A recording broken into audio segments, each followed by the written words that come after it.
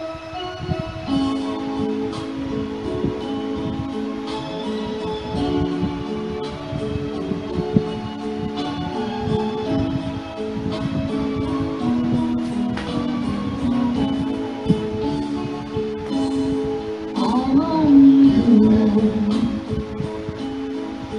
just a woman. Help me believe in what I could be and all that I am. Show me the way. I'll have to climb. Lord, for my sake, teach me to take one day at a time. One day at a time, sweet Jesus, that's all I'm asking of you. Just give me the strength to do everything that I have to do. Yesterday's gone, sweet Jesus, and tomorrow may never be mine. Lord, help me today, show me the way, one day at a time.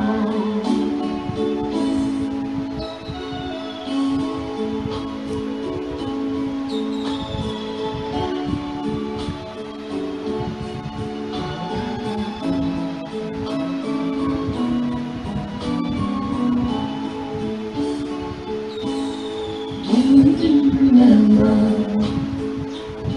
when you walked among men? When Jesus, you know, is walking below, His was down and then, pushing and shouting, that's crowded my mind. So for my sake, teach me to take one day at a time. One day at a time, sweet Jesus, that's all I'm asking of you. Just give me the strength to do every day what I have to do. Yesterday's gone, sweet Jesus, and tomorrow may never be mine. Lord, help me today, show me the way, one day at a time.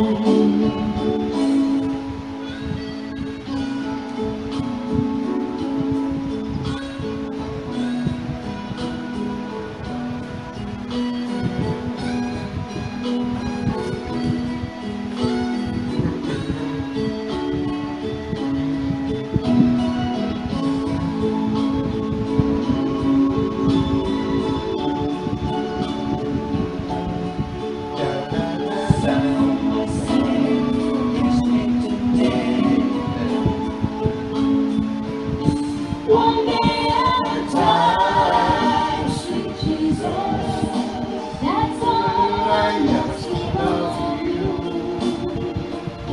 Just give me the strength to do every day what I have to do.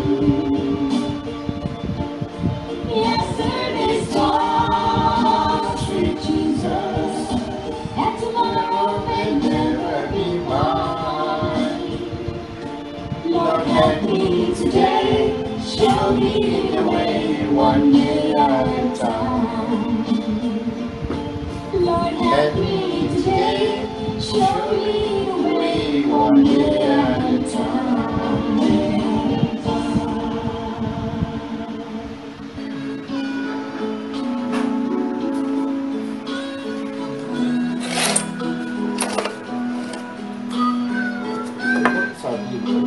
Oui, moi je pas le temps avec le téléphone.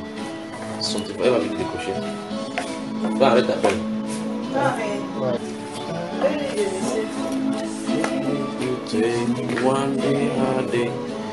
Alors, nous allons prendre le frère à chaud.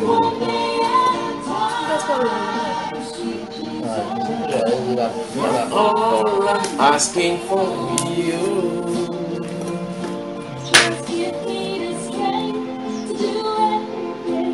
On peut m'arrêter ça une fois, non? Oui. Yesterday's gone, sweet Jesus, and tomorrow may never be mine. Lord, help me today, show me the way, one day at a time.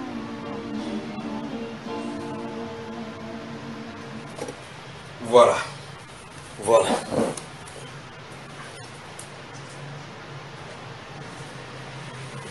Bienvenue encore, frère. Merci. Tu es à l'aise. Je suis à l'aise. On va parler maintenant, on va dénoncer les œuvres des ténèbres. Amen. Parle-nous maintenant. En tout cas, je suis content d'être là. Mhm. Et je vous dis encore merci d'avoir ouvert votre foi pour moi. Mhm. Et aussi merci pour votre temps. Mhm. Parce que ce n'est pas facile. Je sais que depuis, Mhm. vous avez vraiment pris. Mhm. Vous avez fait l'effort qu'il faut pour me recevoir ici. Amen. Donc, vraiment, je me sens honoré, je me sens béni. Grande est notre joie de nous accueillir, de t'accueillir dans ta maison ici. Et franchement, ça c'est une occasion que j'ai attendue pendant des années. Amen. Avant même de te connaître. Ah bon? Oui. Mais explique ça, voir. Avant même de te connaître. Parce que, bon, je ne sais pas si j'avais dit j'ai donné ma vie au Seigneur, bien c'est comment. Maintenant, avec tout ce Quand que tu es donné. Donc, c'est un peu. Mhm. J'ai fait mes études d'ingénieur à Lomé. Au Togo. Oui. Mhm. Donc, j'ai fini en 95. Mhm. C'est en 94, je crois que c'est en mars ou en avril comme ça, là, que j'ai dit que j'ai donné ma vie au Seigneur. À Lomé. Mhm. Mhm. À Lomé. Mhm. Quand je suis parti ici, je ne connaissais pas Le Seigneur Jésus. Seigneur Jésus. Mhm. Donc, je lui ai donné ma vie, c'est vrai. J'ai fini en 95 et en 80, oui, fin de l'année, j'ai fini mars 95. Oui. Fin 95, peut-être que vers novembre ou septembre, comme ça, je suis retourné à Lomé. Mhm. Et j'ai commencé comme missionnaire là-bas. Oui. Je travaillais avec Jeunesse en Mission. Jeunesse à mission, oui. Ouais. Le fameux groupe qui a beaucoup de cantiques là. Voilà. Mhm. Donc, j'ai travaillé avec eux. Mais, peut-être après ces 2 ans maximum comme ça, Mhm. je sentais que ma vie là, ça n'allait pas. Oui. Mhm. Je sentais que ma vie n'allait pas. Ça ne marchait pas comme il se devait. Et il y avait une dame de jeunesse en mission là, une Martiniquaise. Mhm. Et je l'admirais beaucoup. Ça, c'était à Lomé toujours. C'était à Lomé. Mhm. On était très liés. Elle avait marié un Camerounais, mais maintenant ils sont divorcés. Ça, c'est notre histoire. Ouais. Elle s'appelait Monette. Mhm. Et Monette aimait le Seigneur. Mhm. Mais aujourd'hui, quand je regarde, je vois qu'elle-même, elle ne connaissait pas Dieu. Oh Mais mon Dieu. tellement elle aimait Dieu. Mhm. Elle priait. Je dis, elle passait le temps à jeûner, à vraiment à prier, à chercher la face de Dieu. Mhm. Et moi, je me disais, Dieu, waouh, si moi je pouvais être comme elle, Tu pouvais être comme elle, tu l'admirais. je l'admirais. Mhm. Je l'admirais. Et comme je sentais que ma vie ne tenait pas, il y avait toujours des choses qui me tenaient, il y avait des attaques nocturnes, il y avait des ceci, il y avait tout cela. Mais je me demandais, qui peut m'aider dans cette position? Dans cette position, oui. Mais quand je regardais à côté de moi, je ne voyais Personne. personne. Mhm. Franchement. Et je me rappelle une fois, cette fois-là, mon elle était même déjà repartie, elle était partie, elle était En Martinique, en France. Ouais, elle était en France. Et avec son exemple là, je me suis assis à un moment, je ne sais pas si c'est un mois ou c'est combien de temps, mais vraiment j'ai cherché Dieu. Mhm. Tu as dit, il veut imiter comment elle fait. Oui. Mhm. Et ce qui s'est passé, c'est que j'ai eu une vision. Mhm. Et ça ne m'a jamais quitté jusqu'à aujourd'hui. Oui. Dans ta recherche de Dieu, Oui, en priant avec efficacité, avec perspicacité, oui, la vision est venue. oui, j'ai eu une vision. Parce que j'ai demandé au Seigneur, pourquoi est-ce que j'étais donné malin. Et je ne vois pas de changement. Du changement. C'est vrai que je discerne, mais tu sais je à l'intérieur de toi sens qu'il y a quelque chose qui ne va pas. ça ne va pas. Oui. Oui.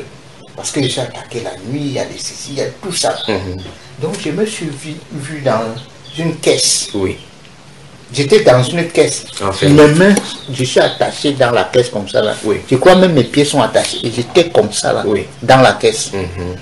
Et je me suis toujours dit, qui va m'enlever? Jusqu'à aujourd'hui, La même chose j'ai toujours pensé à ça.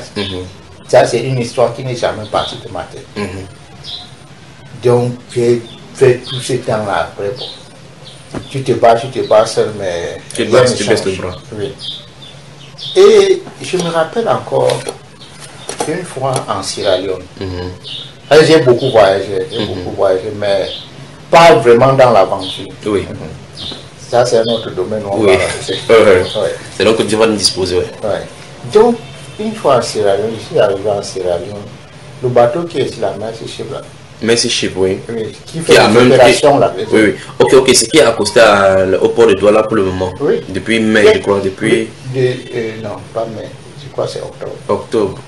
Ça fait plus, ça fait un an, presque un an. Non, ça fait un mois qu'ils sont venus. Okay, mais ils vont faire 10 mois. 10 mois, ok. Oui. Ils sont en train d'opérer les gens gratuitement. Oui, je crois que vous devez me parler de ça à la télé. Donc, je travaillais avant avec eux. Et donc, je suis parti, j'ai quitté Abidjan pour aller encore travailler avec eux en Sierra Leone. Oui. Et quand je suis arrivé là-bas, c'était après les affaires de la guerre civile en Sierra Leone et tout ça. Quand je suis arrivé là-bas, j'ai constaté que ma vie était. Et j'ai cherché Dieu. Il ne t'arrive pas de parler avec des gens pour essayer de voir ce qui peut t'aider dans ce domaine, puisque tu rencontres, apparemment tu travailles avec des chrétiens. Oui, mais je travaille avec les chrétiens, mais quand je les regarde, je sais que ils ne peuvent pas. Eux-mêmes, ça ne les laisse pas. Eux-mêmes, ils ne sont pas prêts pour ça. Ce n'est pas ça. Oui, ce n'est pas ça.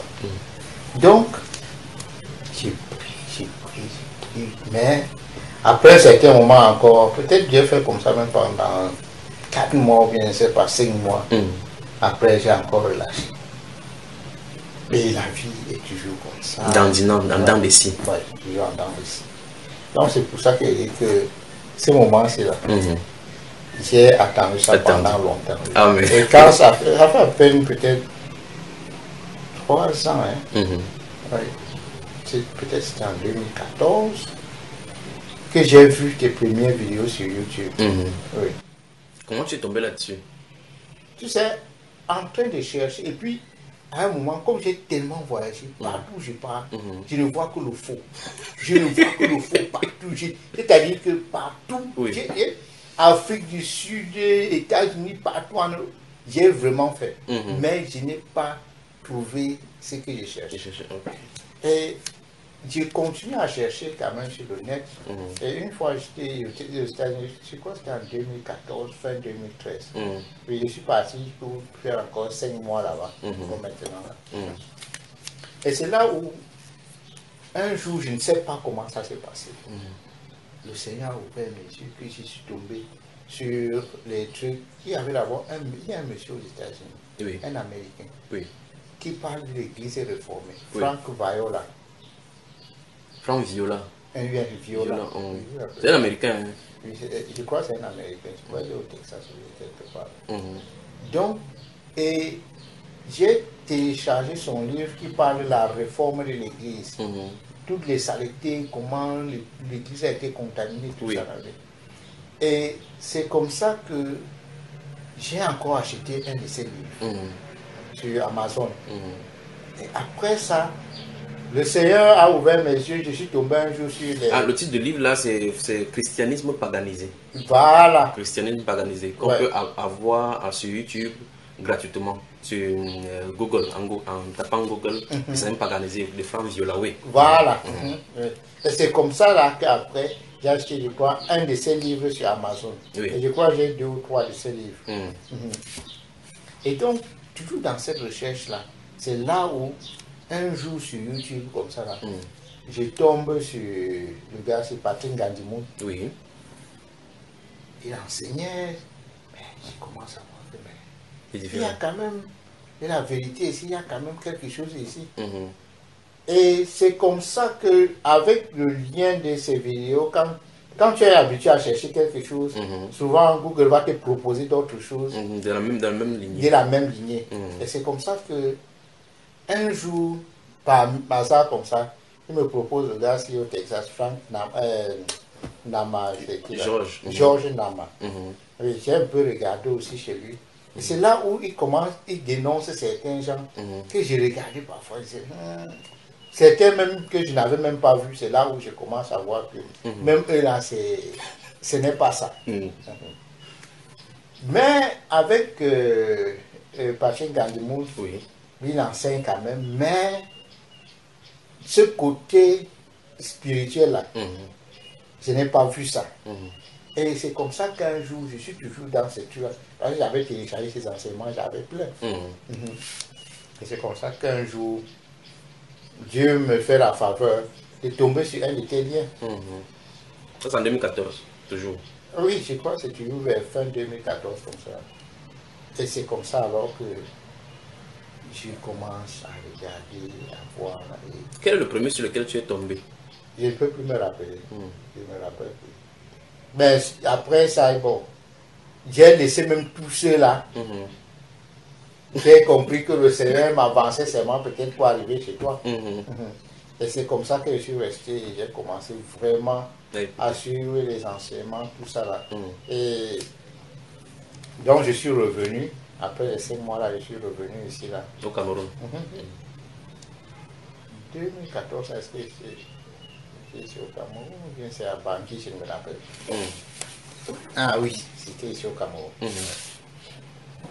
Donc c'est comme ça que je suis revenu maintenant et il y a mon petit frère, un de mes petits frères, Vincent. Mhm. On l'a déjà rencontré même avec Achille Yaoundé, Mhm. la deuxième fois. Et c'est lui aussi, quand je lui ai fait passer les enseignements, il avait dit. Mais... Donc nous sommes deux Mhm. qui sont De la même voix. dans la même voie. Mais le reste, ces enseignements-là, ça ne passe pas. Mhm. Pourquoi? Pourquoi? Quel est le problème? Le problème, c'est quoi? C'est que ils sont carrément enfermés dans les histoires des religions. Mhm. Tu vois? L'aveuglement est de la religion. Oui. Ils sont enchaînés dans la religion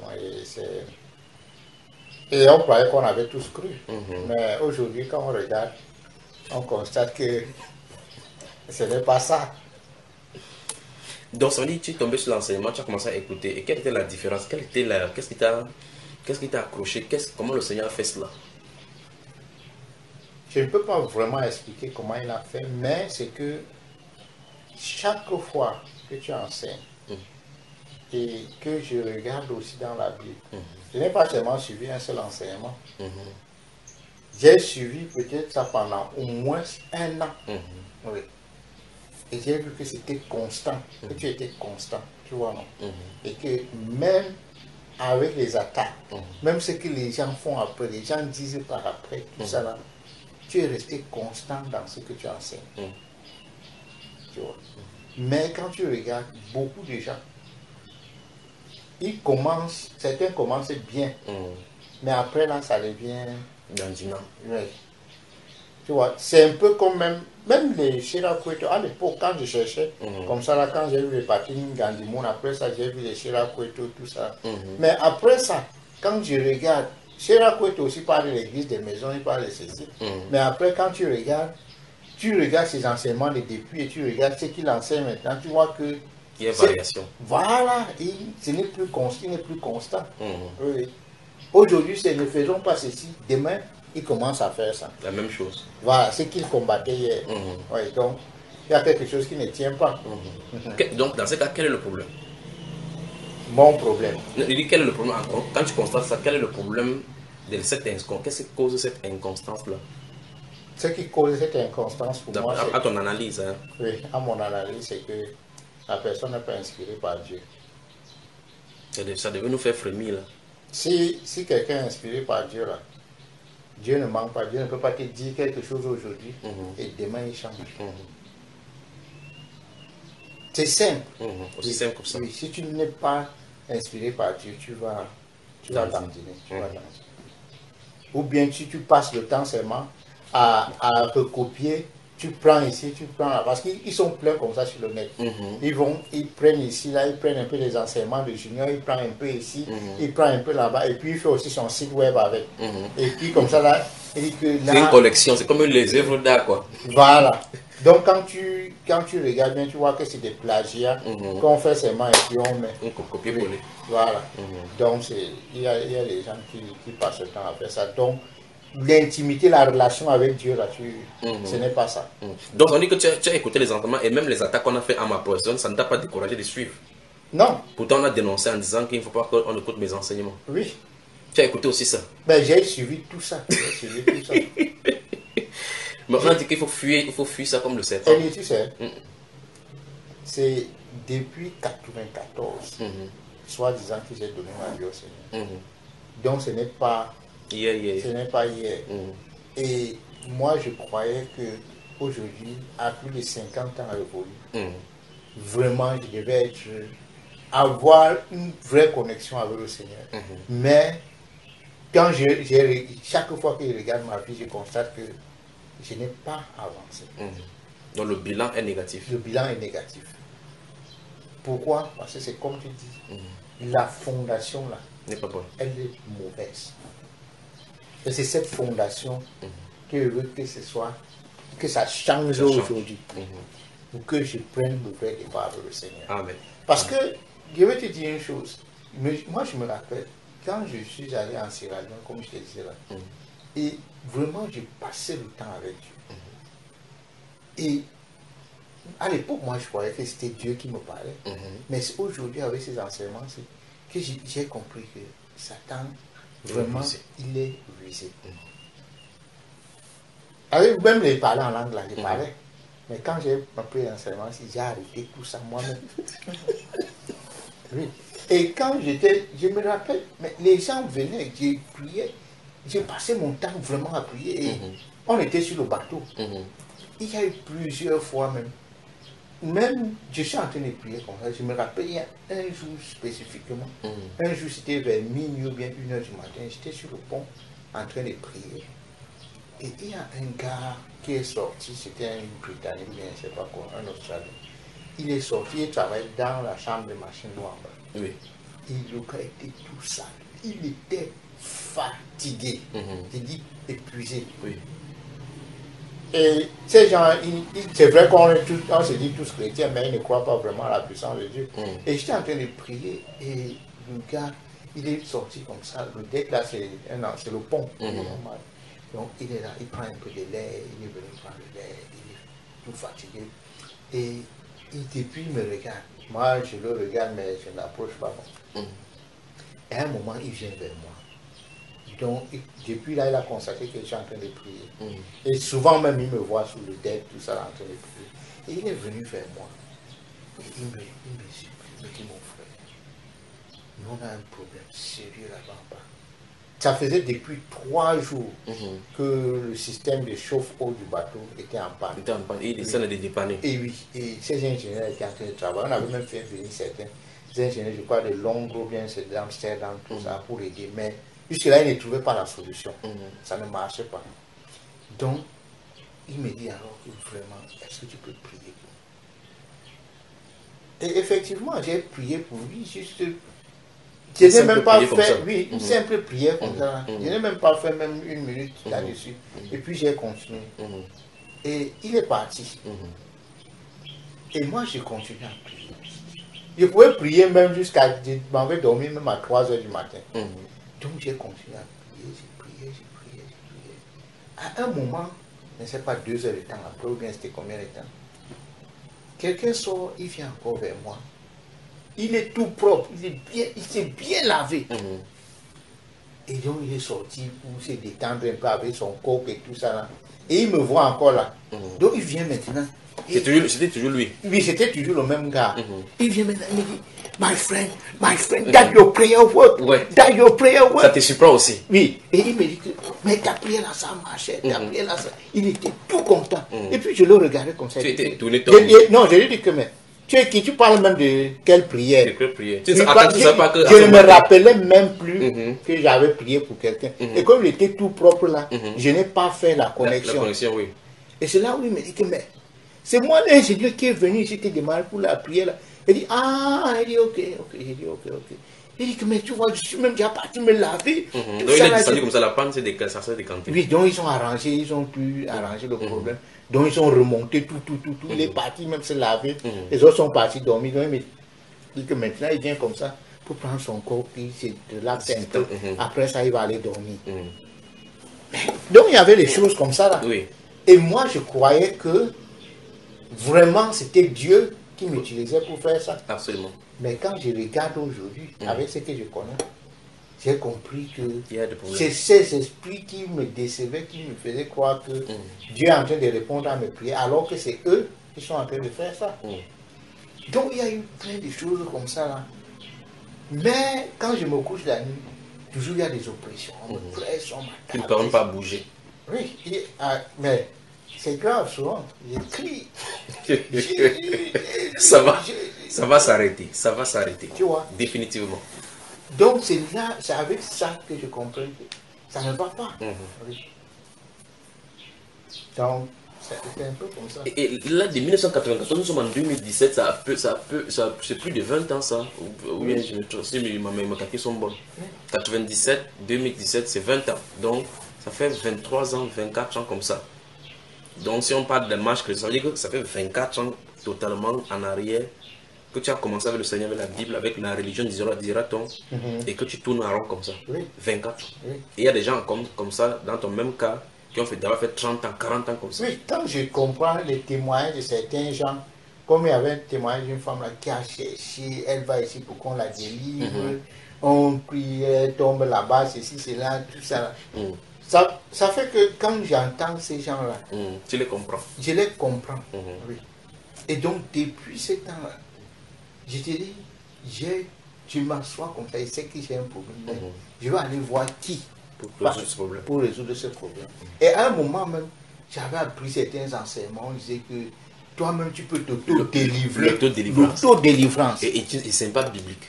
Ouais. Et je te dis que j'ai appliqué ça, j'ai rejeté tout ce qu'il faut. Mais ça va se calmer un peu là. Mais après là, boum, Ça ressurgit encore. ça revient encore. Tu vois, donc, et c'est pour ça que j'ai compris que non. Courage. Donc tu viens vraiment de loin. C'est ça. Et en écoutant les enseignements, donc, par rapport à ton cas, qu'est-ce qui t'a marqué par rapport à ton cas, particulièrement? Qu'est-ce que tu as compris par rapport à ton cas? Par rapport à ton niveau spirituel, ta vie avec le Seigneur, qu'est-ce que les enseignements révèlent? Parce qu'en fait, l'enseignement, c'est le miroir. On présente cela pour que chacun essaie de s'examiner. En examinant, qu'est-ce que tu as constaté? Bon, comme je dis, j'ai constaté que la fondation n'était pas déjà bonne chez moi. Que il y a déjà des esprits qui sont là. Initialement. Oui.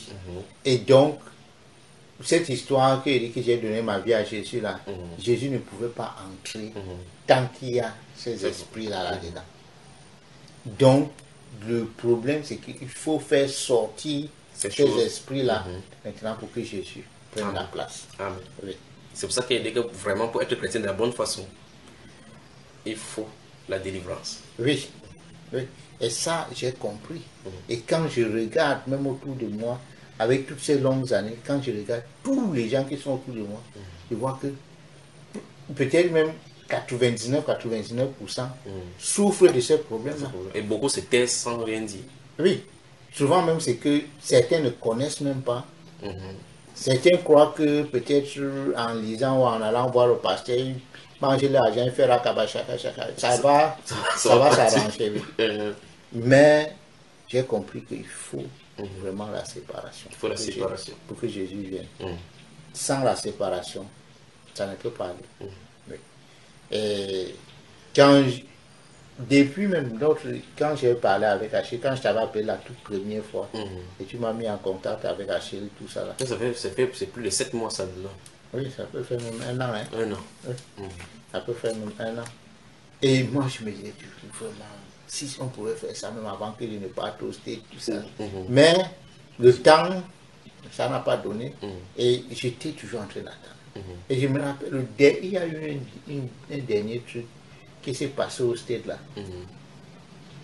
Ça fait longtemps, à force de prier comme ça, même les couches de nuit, les femmes de nuit que j'avais avant, ça s'était arrêté à un certain moment. Mais au States, un jour, peut-être même 3 semaines avant qu'on rentre, j'ai eu une couche de nuit, mais c'était grave.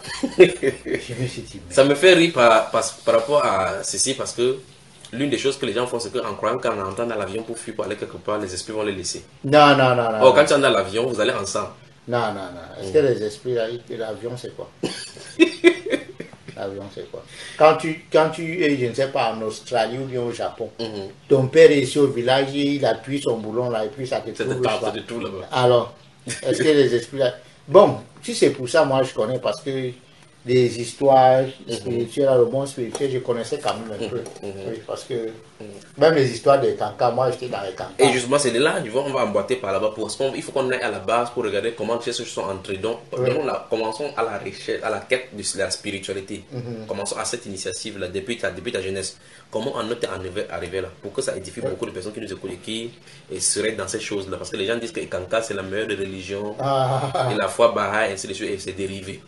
Je crois que sur YouTube, il y a le témoignage du frère Billet, dont on a parlé, que les gens disent qu'on a dénigré et Kanka. Parle-nous. On a dénigré Kanka. Oui. Essaye de nous parler. En tout cas, comment tu as trouvé les Kanka, comment tu es entré, et donne-nous tout ce qui est. Non, je vais expliquer tout ça. Oui.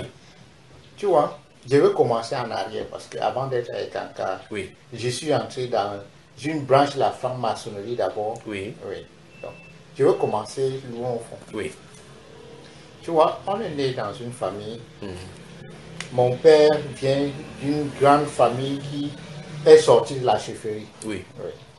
Et donc, dans cette famille, généralement, il y a toutes ces histoires de et tout ça. Et mon père, lui, il a passé son temps. C'est vrai qu'il se disait évangélique. De l'église protestante évangélique. Mais nous, on ne partait jamais à l'église. Jamais. On partait seulement, je crois que c'est le jour de Noël, le 24 dans la nuit, ou bien c'est le jour de Noël. Et le 31 dans la nuit. Quelque chose comme ça. L'année de passage pour quitter le 1er janvier. Oui. Et donc, on faisait ça. Mais à côté, mon père était toujours chez les marabouts en train de nous protéger. Parce que... Donc, lui-même, en faisant ça, malgré que les protestants, il partait chez le marabout. Oui. Parce que tantôt, c'est au travail, les gens recherchent, ils travaillaient dans les constructions, ils étaient chefs de chantier, ils travaillaient à l'UDEC, les SATOM, tout ça. Donc, dans ces domaines-là, c'est toujours les gens qui le cherchent. Au quartier même là, là où on habite à la carrière, c'est les gens qui menacent. Les sorciers menacent, donc il faut qu'ils protègent. Et au village maintenant, au sein de sa famille, c'est encore grave. C'est encore grave. Donc, à tout bout de champ, il y a des esprits, donc ils cherchent dans la protection. Ils cherchent vraiment la protection. Et donc, il nous amène chez les marabouts. Tantôt, on te coupe ici, on te met ici. On met les choses sur le corps pour blinder. Pour blinder, pour te protéger. Parce que la nuit, souvent, ça chauffe, les enfants crient, tout ça là. Bref, il faut qu'on se protège. Et moi, je regardais toujours. Et ça me dérangeait. Cette histoire qu'on avait chez les marabouts. Donc, étant dans la jeunesse, comment ça t'a dérangé? Tu étais ennuyé? Oui, ça me dérange. Même quand j'avais même déjà 12 ans comme ça m'embêtait. Et je demandais toujours à mon père et à ma mère, pourquoi est-ce que il y a des gens qui ont ces pouvoirs-là, démoniaques-là? Comment est-ce que Dieu n'a pas donné ça à tout le monde pour qu'on combatte égal à égal? Ils me disent que non, tu vois, ce n'est pas possible que tout le monde ait ça. Dieu a donné ça. Mais il y a certains gens qui ont le bon, comme les magiciens, tout ça, les marabouts. Les marabouts là, pour soigner les gens. Mais il y a d'autres maintenant qui utilisent ça mal pour faire du mal aux gens. C'est leur explication qu'ils ont donnée. Voilà, c'est leur explication. Mais ça moi, ne tenait pas. Ça ne m'a pas convaincu. Ça ne m'a pas convaincu. Et nous, on allait à la mission catholique, nous, on a fréquenté la mission catholique depuis l'enfance. Et même là-bas aussi, je cherchais, je ne comprenais pas. Et un jour, à la mission catholique, ce qui m'a chassé encore de la mission catholique, parce qu'à un moment même, eux disent au nom de Dieu, je disais au nom de Satan. Hein? Oui. Comment ça? Pourquoi? Parce qu'un jour, nous étions à la mission catholique et à l'époque, il n'y avait pas l'eau, c'est-à-dire que c'est tout un grand campus. Il y a la maison des prêtres ici, il y a la maison des sœurs là-bas. Et ça, nous sommes dans quelle ville au Cameroun? C'est à Yaoundé, à À Yaoundé. Mokolo, À la mission Mokolo. catholique de Mokolo. Ok. Ouais. Et Mokolo, c'est en plein centre-ville là-bas de Yaoundé. Yaoundé, oui, 5e. oui, maintenant là c'est en plein centre-ville, mais à l'époque on était à l'extrême de la ville. Oui. Donc l'école des garçons était loin en bas. L'école des filles aussi était de l'autre côté. Mais dans les écoles là, on n'avait pas de l'eau courante. Oui. Oui. L'eau était seulement dans la maison, le bâtiment des prêtres oui. et le bâtiment des sœurs. Oui.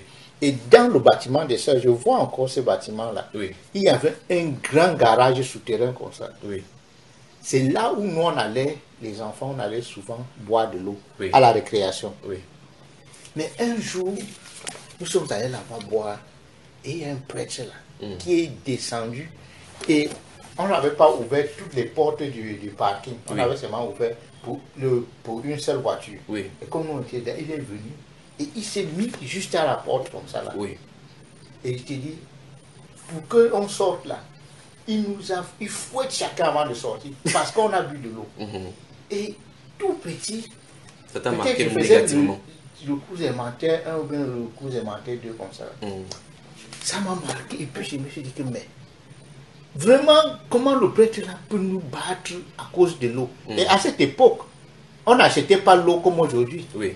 Donc, il n'y Donc, a pas oui, moyen de boire il- que cela. Oui, et il y avait les bons, on ne vendait pas l'eau, c'est-à-dire que dans nos têtes à cette époque, C'est l'eau quelque chose était d'évident. C'est gratuite. gratuit et accessible Oui, normalement. parce qu'il y avait même les bornes fontaines au bord de la route, De la route. qui Oui. étaient encore gratuites à l'époque. Et chaque fois que tu allais, tu mettais ton tuyau là-bas, Tu puisses l'eau. tu puises l'eau. Oui.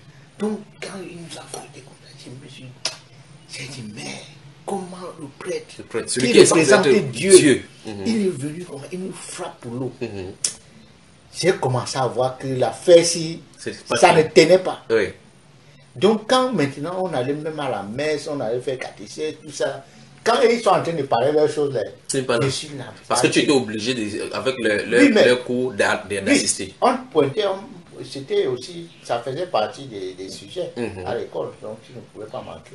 Donc tu étais assis là, mais ton âme n'était Non, pas non, présente. non, non, j'ai regardé comme ça, j'ai dit que non, l'affaire, s'il y a le faux dedans. Un prêtre ne doit pas fouetter les enfants pour l'eau. Et là, tu es à moins de 12 ans.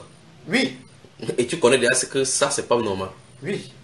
Et c'est comme ça que j'ai demandé à mon père de chercher Dieu ici. J'ai cherché même chez un catholique, j'ai constaté qu'il n'y avait pas Dieu. Et un jour encore, je m'assois avec mon père, je lui dis que mais comment est-ce que les gens ont fait pour avoir même ces pouvoirs-là? Quand on dit que c'est Dieu qui donne là, Il donne ça comment? il donne ça comment? Mhm.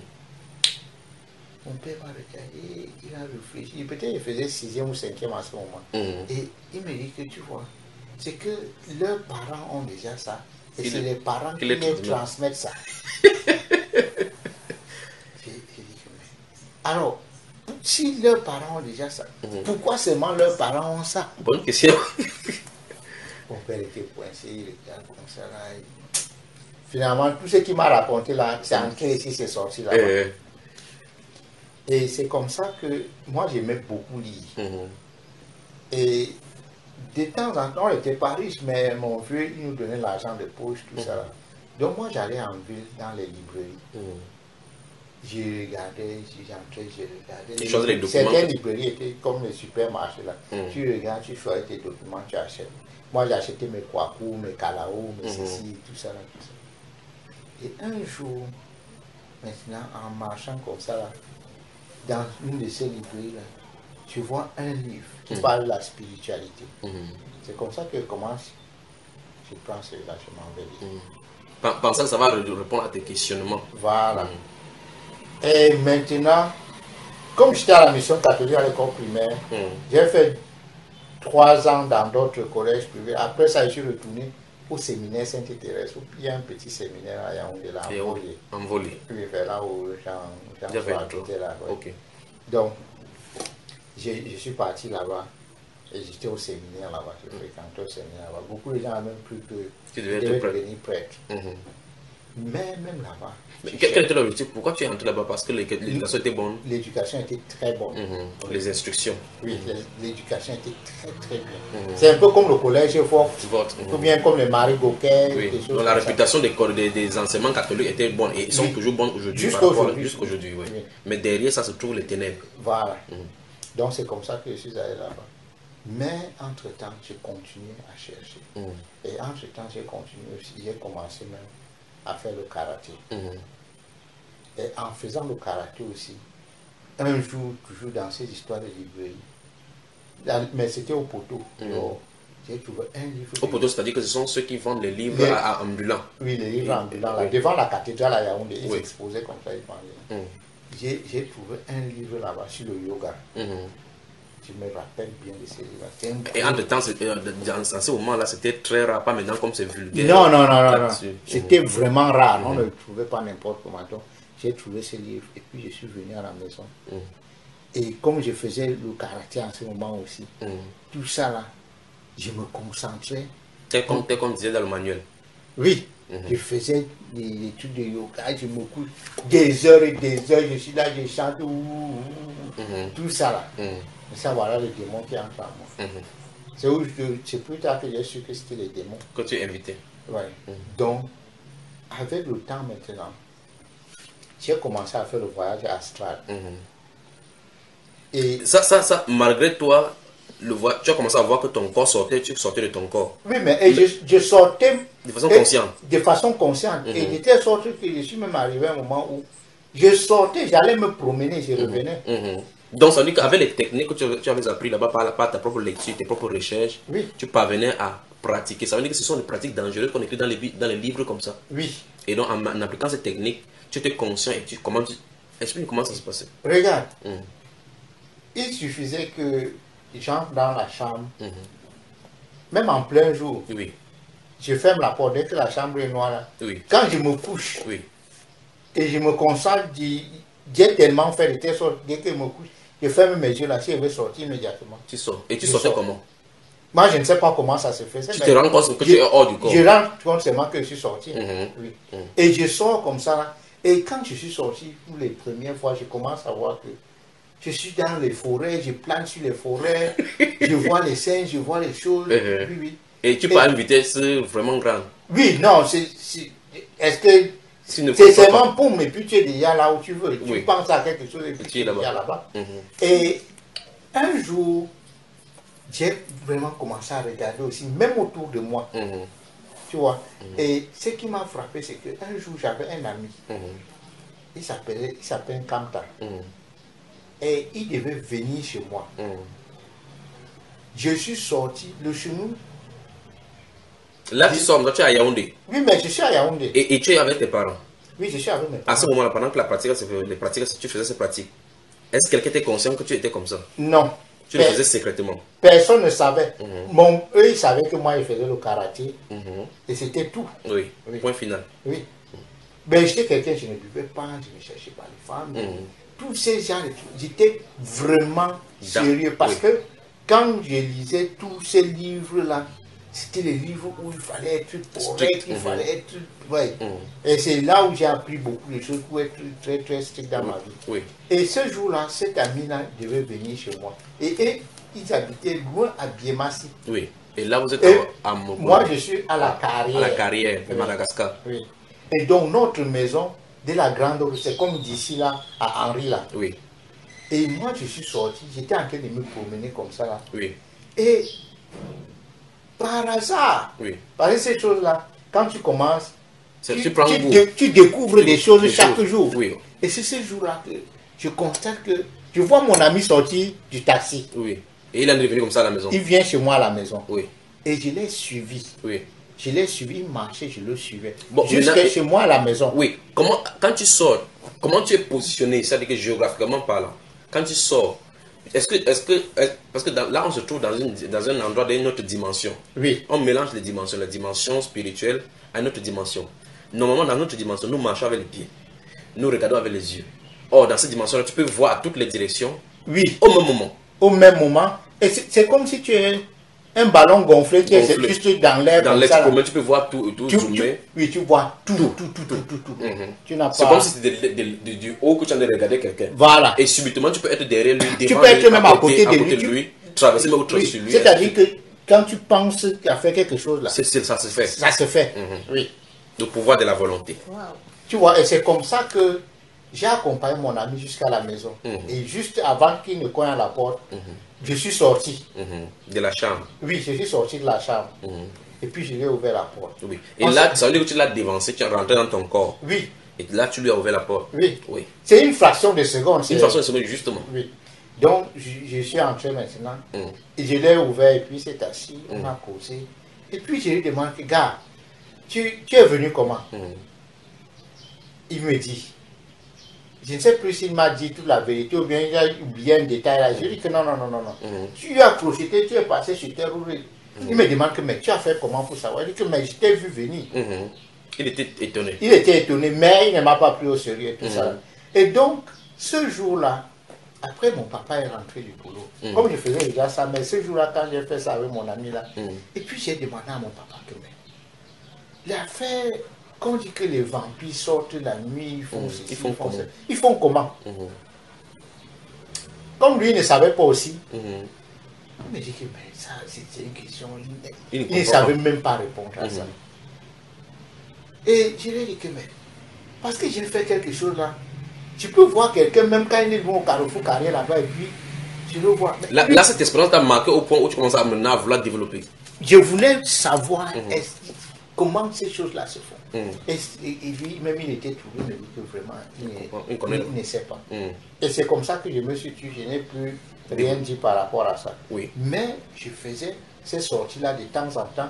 Si je veux même aller acheter quelque chose au marché, comme en ville là, Oui.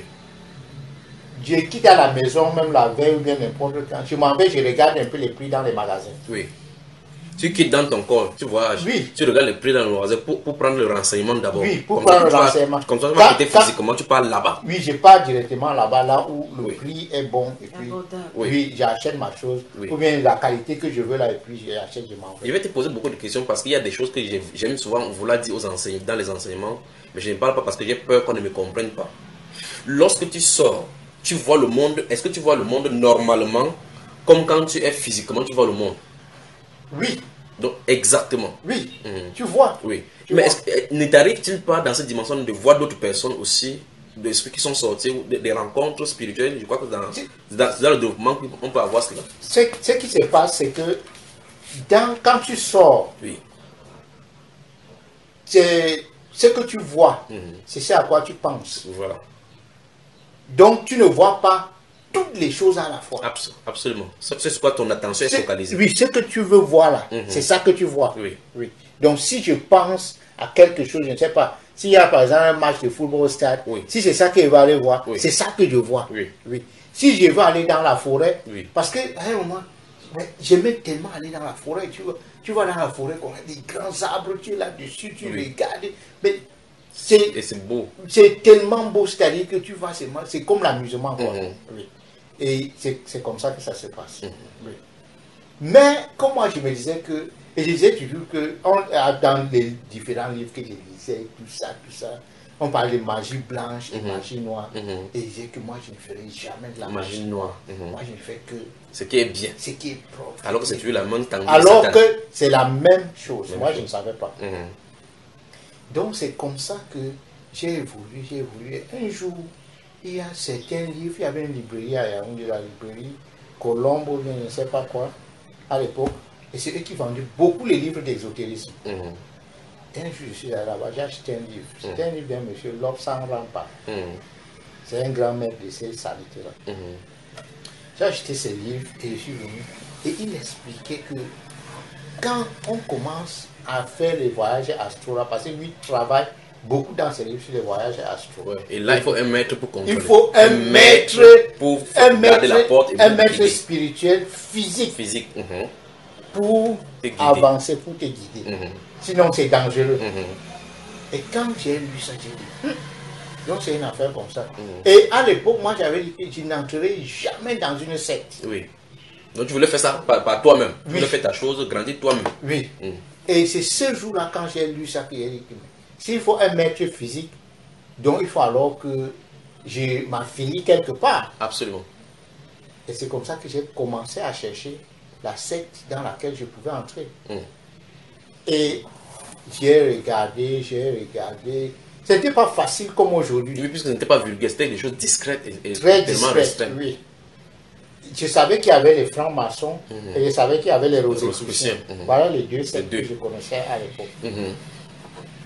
Je ne sais pas comment ça s'est fait que je suis tombé sur une branche de la franc-maçonnerie. C'est quelqu'un en Europe qui a quitté la franc-maçonnerie. Ils appelaient ça les papistes ou bien les papistes.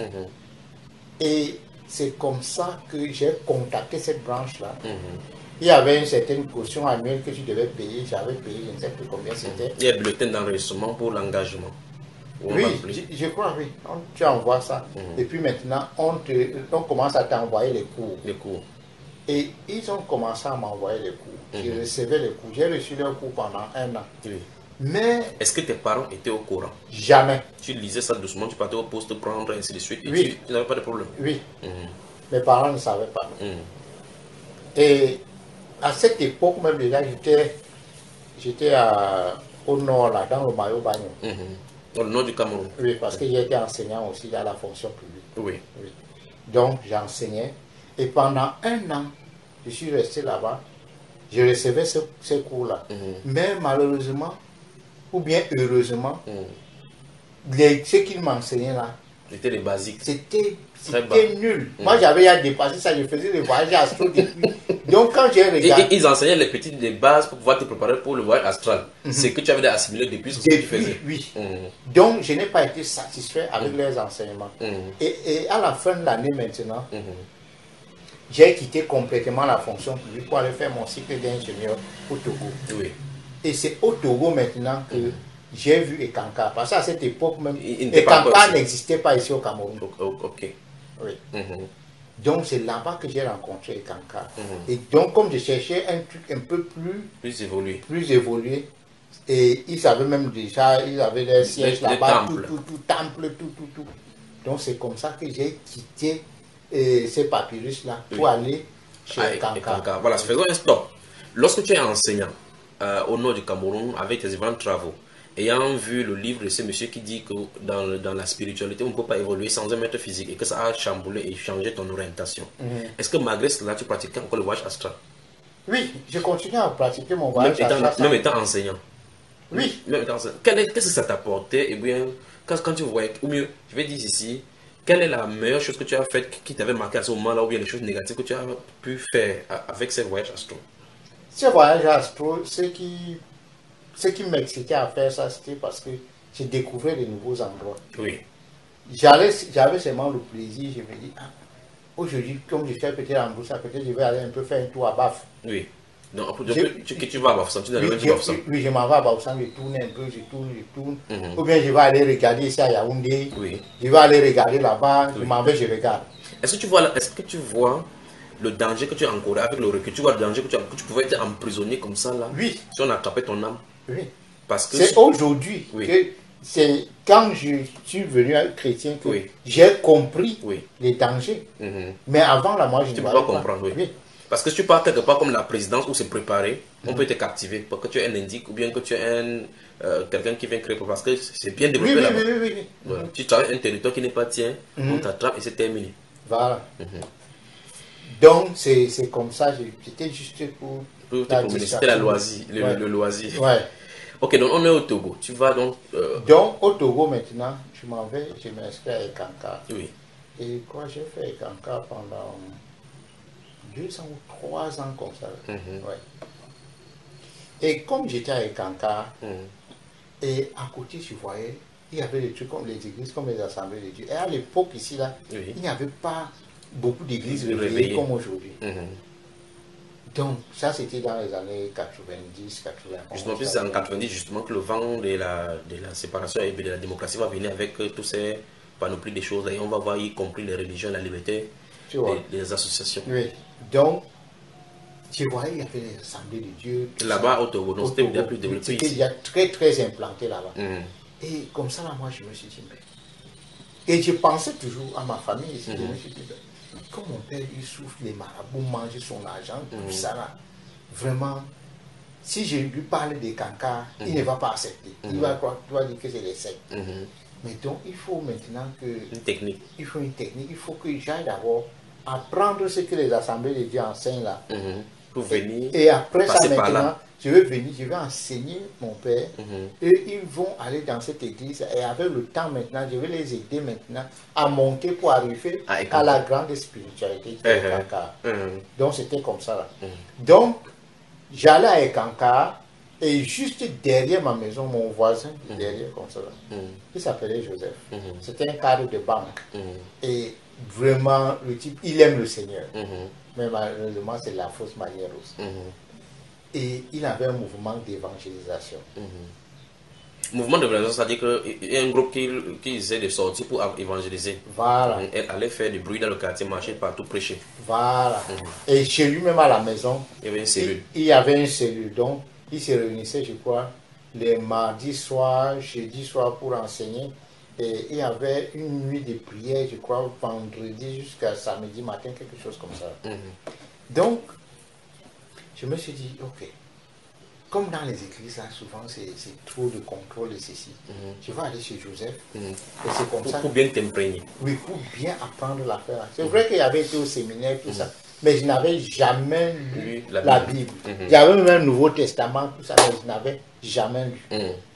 Donc, c'est là où je commence à aller chez Joseph avec mon Nouveau Testament. Étant dans ta secte, Oui, Ekankar. oui, je suis dans les Kankar. Mais tu ne connaissais pas que ce n'est pas compatible. Tu ne connaissais Ouais, pas non. Ouais. Et alors, le premier jour que j'arrive là-bas, après l'enseignement et le culte et tout ça, là, à la fin, Joseph, il fait comme les gens lancent l'appel. Non, il n'a pas lancé l'appel. Il fait comme dans les églises méthodistes ou quoi là. Le pasteur sort, il se met à la porte, il salue les gens quand les gens sortent là. Ouais. Donc il est sorti, il s'est mis sur son portail et il saluait les gens. Il saluait les gens, tout ça. Quand il arrive sur moi je ne me cachais pas. Et pour moi, ce n'était pas une mauvaise chose. Quand il arrive sur moi, il me demande, comme il ne m'a jamais vu, c'est vrai qu'on est des voisins, mais lui ne me connaissait pas, mais moi je le connaissais. Et il me demande, c'est qui? Il dit que c'est le frère Gaston. Il dit, de quelle église? Je lui dis, Ekankar. Tu crois que c'était une église?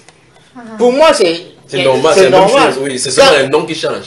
Ouais, tu pensais qu'ils sont des assemblées de Dieu, vous êtes des Ekankar, mais c'est amusant ça quand même. Donc quand je lui dis Ekankar, il refuse de te saluer. Non, il m'a salué, regarde, lui il est déjà comme ça. Oui. Quand il me demande c'est quelle église, je dis Ekankar. C'est comme s'il allait tomber quoi. Et il m'arrête après, il me dit que quoi? Il dit que c'est Ekankar. Il me dit, est-ce qu'on peut se voir? Est-ce qu'on peut se voir? Il a compris que là, il a fort à faire. Quand il dit que est-ce qu'on peut se voir, il dit que non, pas de problème. Mais là, tu ne comprends pas pourquoi son étonnement. Non, moi je comprends son étonnement, mais je me dis bon. Non, il dit à ce moment-là, est-ce que tu comprenais son étonnement? Je me dis que c'est toujours comme ça, là. Les gens veulent seulement qu'on reste dans leur chair. Il veut seulement que tu quittes Ekankar pour venir à son. Donc, je lui dis ça et il me dit qu'est-ce qu'on peut se voir. Je lui dis que non, pas de problème. Pour le moment, là, comme il y a encore beaucoup de gens, là, on va se voir après. Il me dit non. Lui, il croyait que moi, je fuyais. Que tu peux sortir comme ça et fuir. Oui, je lui dis que non, tu sais, Joseph, moi, je suis ton voisin, juste là derrière. C'est là où il s'est rendu compte que tu étais à côté. Je suis ton voisin et ça, là, je vais revenir. Tu comprends? Quand je l'ai rassuré, il a vu que j'étais vraiment... J'étais calme. Il m'a dit d'accord. Donc je suis parti à la maison, je suis resté. Après peut-être même 1 heure de temps comme ça là. Le temps que les gens partent. Oui, le temps que les gens partent, ils reçoivent les gens, tout ça, les gens sont partis. Donc je suis revenu et on s'est assis. Mais le jour là, on a discuté jusqu'à peut-être minuit. Vous avez parlé. Et le problème c'est que lui, il connaît juste sa Bible. Oui. Mais les histoires de sectes ou de quoi, il ne connaît rien dans tout ça. Donc, et il me demande, tu es où? Je lui dis que non, je suis à l'école d'ingénieur de l'autre côté. Et il me dit, et comment il prend les renseignements sur moi, tout ça.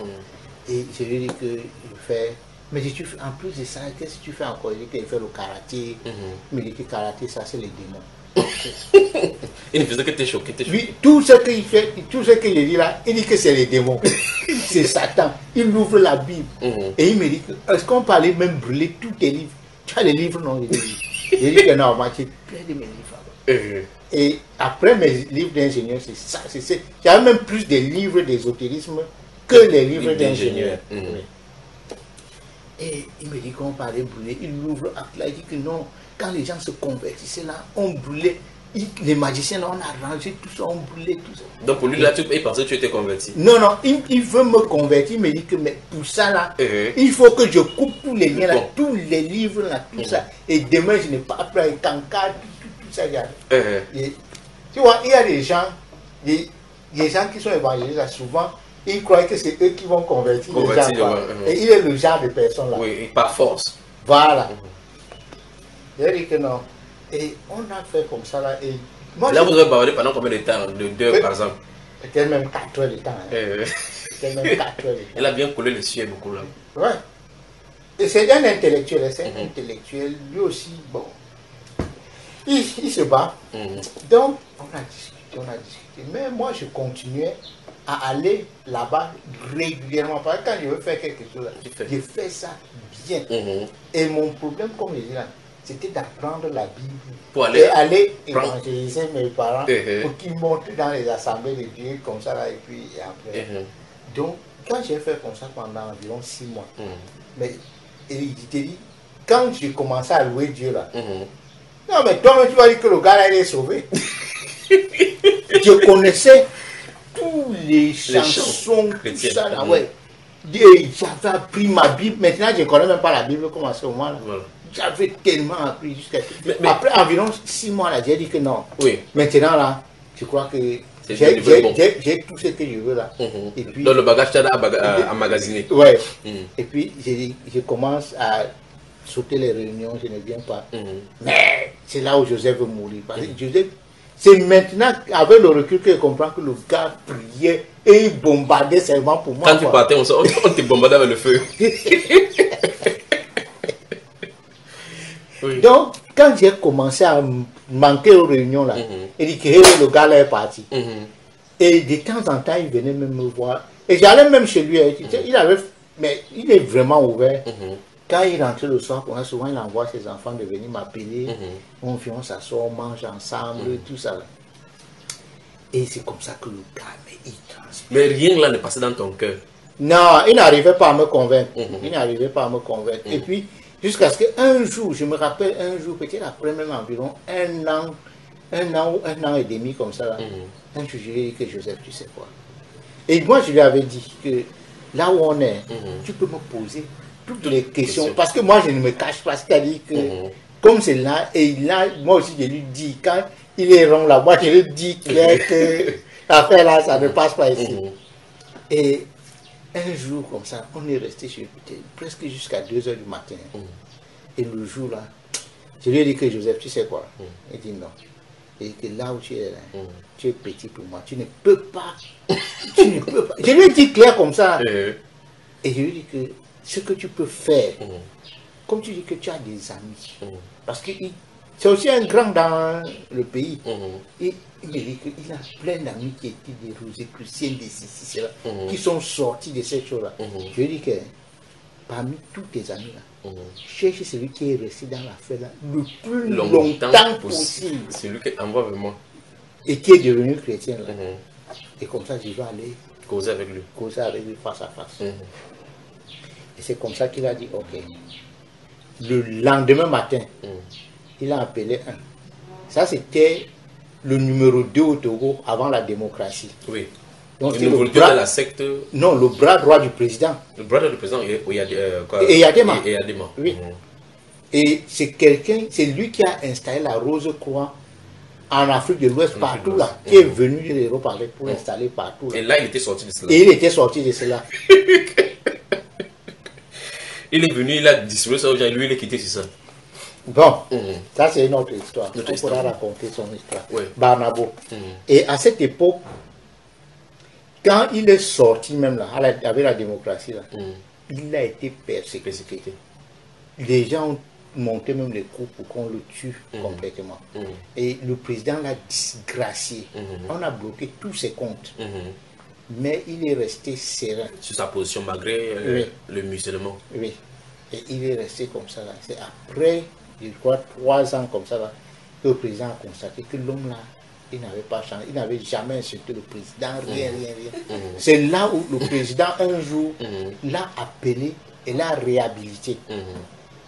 Et quand le président l'a réhabilité, là, le président voulait qu'il entre encore dans la politique. Mais il a dit au président que lui, il ne fait plus la politique. Il peut servir le pays, mais il n'est plus politicien. Oui. Mais Et aujourd'hui, c'est- les chrétiens veulent plutôt entrer dans la politique. Oui. Et c'est là où le président lui a dit, le président lui a proposé plusieurs postes. Et il disait même au président qu'il ne veut même plus, qu'il veut seulement rester dans l'ombre comme ça. Mais le président dit que non, il est sa personne. Et c'est là où le président l'a nommé le fondé de pouvoir. La banque togolaise, c'est quoi. Là. C'était l'une des grandes banques au Togo. Oui. Donc, on l'a nommé là-bas. Et donc, Joseph aussi est banquier. Oui. Mais il est à Ecobank. C'est même lui qui est venu installer les Ecobank ici. Ici au Cameroun. Oui, même en Centrafrique. Donc, Joseph a pris rendez-vous avec Barnabo. Et Barnabo était dans la Rose-Croix pendant 26 ans. Banaloba. Oui. Quand il allait en France même. Il s'appelle Banabo. Oui. Nangon Raphaël Barnabo. Il est encore vivant aujourd'hui. Non, il est mort.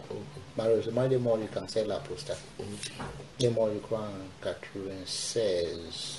Donc c'était l'un des protégés du général Yansimbe Yadema. Oui, c'était la deuxième personne au Togo à son époque où il chauffait. Oui. Donc, il a pris le rendez-vous avec lui. Et le soir, il est rentré, il me dit qu'il a pris le rendez-vous avec Barnabo. Et Barnabo est très content de me voir. À cette époque, Barnabo était en train de faire aussi l'école pastorale, l'Estao. Je ne sais pas si tu as entendu parler de ça, de l'Assemblée de Dieu à Lomé. Il voulait devenir pasteur. Et ce jour-là, le lendemain, donc, je suis parti. De 15h à 18h. Tu étais préparé? Oui. Tu avais la soif de tester les connaissances ou quoi? Tu voulais quoi au juste en demandant cela? Ce qu'il y a, moi, je voulais savoir si là où je suis, si c'est le vrai, ou bien c'est eux qui sont dans le vrai. Ok, donc là, tu étais là, tu voulais vraiment faire la part des choses. Oui. Pour savoir si c'est ceux qui sont dans la Bible qui est le faux, ou bien c'est avec Ekanka qui est faux. Parce qu'avec la Bible, c'est là-bas que j'ai commencé. J'ai commencé à la mission catholique. Oui. J'étais au séminaire, Avec les Sainte-Thérèse, tout ça là. Mais je n'ai pas vu Dieu. Et il n'y avait pas de puissance. Et tous nos prêtres, tout ça là, ils allaient encore dans les sectes comme les pères Edgar, tout ça là. Ils étaient encore dans les histoires d'exorcisme et tout ça. Donc moi, je n'ai pas vu Dieu à la mission catholique. Voilà. Je n'ai pas vu Dieu dans la Bible. Oui. Mon père même qui se disait protestant, je n'ai jamais Aller chez le vu. marabout encore pour se protéger. Voilà. Oui. Donc, moi, je ne croyais plus que ça c'était vrai. c'était vrai. Tu vois un peu. Oui. Donc, c'était comme ça là. Et quand Joseph, lui, me parlait de ça, moi, Ça restait l'être morte. voilà, je disais que non, ça, c'est un truc, ça ne tient pas. Et c'est comme ça alors que je suis parti chez Barnabo cet après-midi là. Moi-même, j'ai fui d'école même cet après-midi là pour aller au rendez-vous. Donc, je suis parti. On est assis dans son bureau. Et il a commencé à me parler. Franchement, la manière dont il me parlait, je ne peux pas dire que c'est telle chose que Barnabo a fait pour qu'il y ait déclenchement. Pour qu'il y ait déclenchement, non. Quand il m'a parlé, à un moment, j'ai senti la sincérité, j'ai la vérité. La vérité. Oui. Et il a commencé à me dire, Gaston, je suis content que tu sois là. Et moi, peut-être tu ne me connais pas, moi je suis Barnabo, dans ce pays, j'étais ceci, j'étais cela, j'étais ceci. Mais aujourd'hui, moi je suis Jésus. Je ne suis plus dans ces choses-là. J'ai fait 26 ans dans la Rose-Croix. Quand j'allais même en France, Claude Bernard, patron de la Rose-Croix, moi je dormais sur son lit, il me laissait son lit, moi je dormais chez lui. Donc on était des vrais amis. Et si, Gaston, si c'est pour dire l'argent là, je ne veux pas me vanter devant toi, j'ai de l'argent. Si c'est le pouvoir là, le pouvoir je l'ai eu. Même dans les temples en Inde, partout, s'il y avait la puissance n'importe où, là, je suis parti chercher. Mais c'est un jour, quand j'étais en train de voyager, j'avais quitté les États-Unis, j'étais en mission aux États-Unis. C'est lui qui te raconte comme ça. Oui, j'étais en mission aux États-Unis. Et maintenant, comme j'avais mes enfants, certains de mes enfants au Canada, j'ai pris l'avion du Canada pour aller les voir. Et là, en partant du Togo, mes enseignements de la Rose-Croix étaient venus, mais je n'avais pas eu le temps de les ouvrir. C'est dans l'avion entre le Canada et les États-Unis que j'ai ouvert mes enseignements. Après 26 ans dans la Rose-Croix, que quand j'ai ouvert comme ça, on commence et puis on dit que Jésus n'est pas Dieu. Et moi, ça m'a choqué, ça m'a bouleversé. Donc, à un niveau donné, il a progressé, sachant que Jésus est Dieu. Ou bien... et attends, et il explique, et il dit que parce que lui, on leur a toujours fait comprendre qu'il n'y avait pas de problème, il pouvait être chrétien et être dans la foi sans problème. Puisqu'il s'appelle comme le christianisme, le christianisme, il pratique le christianisme intérieur. Tu vois, non? Et lui, il est tellement engagé avec l'église catholique au Togo, il commence à me dire que tu vois, la cathédrale, l'église qui est à tel endroit là, en ville là, c'est moi qui ai financé ça. Étant chrétien. Oui, telle église, telle ceci, moi j'ai construit ça. Donc, quand j'ai vu dans ma monographie que Jésus n'est pas Dieu, ça m'a choqué, ça m'a tellement bouleversé. Donc, c'est comment voir que ce n'est plus compatible. Oui. Parce que c'est dans la région catholique, Jésus est Dieu. Voilà. Il vient de dire une fois maintenant dans la Rose-Croix que Jésus n'est pas Dieu. Oui. Et il dit qu'il est parti, mais son esprit n'était pas tranquille. Lorsqu'il a vu que Jésus n'est pas Dieu, ça a bouleversé. Ça a bouleversé sa vie. Et il dit que quand il est rentré du Canada, c'est là où il a dit dans sa chambre, il dit à Dieu, vraiment, je veux te connaître. Je ne comprends pas ce qui ne va pas. Si tu es Jésus, si Dieu là, si tu es Jésus, montre-toi moi. C'est toi. Si tu es autre chose, dis-moi. Oui. Et c'est là où Dieu s'est révélé à lui. Et il a compris que il devait servir rien que Jésus. Que toutes les choses, toutes les voies dans lesquelles donc il était Jésus effectivement a répondu à sa prière en se montrant à lui comme Dieu. Oui. Mais les chrétiens aujourd'hui disent que Jésus n'est pas Dieu. Ah, laisse. Et il dit que c'est comme ça que il a coupé les ponts avec tout. Étant un homme de pouvoir, oui, de son statut. Oui, et il dit que quand il a fait ça, moi je suis arrivé au Togo après que le vent de la démocratie était passé. Donc après le casse, après les... C'était un peu stable. Oui. Et il me dit que quand il a fait ça, Satan a fait que le président est devenu son ennemi juré. Et on a failli même l'enfermer. Le président, comme le président l'aimait tellement, et comme il avait toujours été loyal au président, le président a senti qu'il ne peut pas aller jusque-là. C'est pourquoi il a laissé en liberté provisoire, mais il ne pouvait même plus sortir du pays parce qu'on avait pris même son passeport, tout. Et il est resté là, il n'avait plus 5 francs, tous ses comptes étaient bloqués. Il a vécu comme ça pendant 3 ans et on l'a insulté. On l'a lancé les cailloux. Mais comment? Et là, on va prendre plutôt d'autres choses pour le mettre sur la peau. Alors qu'en toile de fond se trouve la conversion à Jésus-Christ. Oui. Donc c'était comme ça. Et il me dit que, et Gaston, je vais te dire une chose. Et un jour, et la Rose-Croix, même Claude Bernard, qui était son ami intime, l'a menacé de mort. On l'a tout proposé, on va te donner ceci, on va. Il a dit, il ne veut rien. Et il dit que là, même là, un jour comme ça, là, le démon de la Rose-Croix, là, il allait dans son champ, il m'explique, mais il a un champ, c'était un peu à 30 km de Lomé. C'est une route toute neuve. On venait même de goudronner ça. Et sa voiture neuve, il n'achète pas les vieilles voitures. Il dit qu'il était lui-même en train de conduire sa voiture ce matin-là. Il y avait un peu juste la rosée. Et il m'a expliqué là où il était. C'est juste un petit virage comme ça.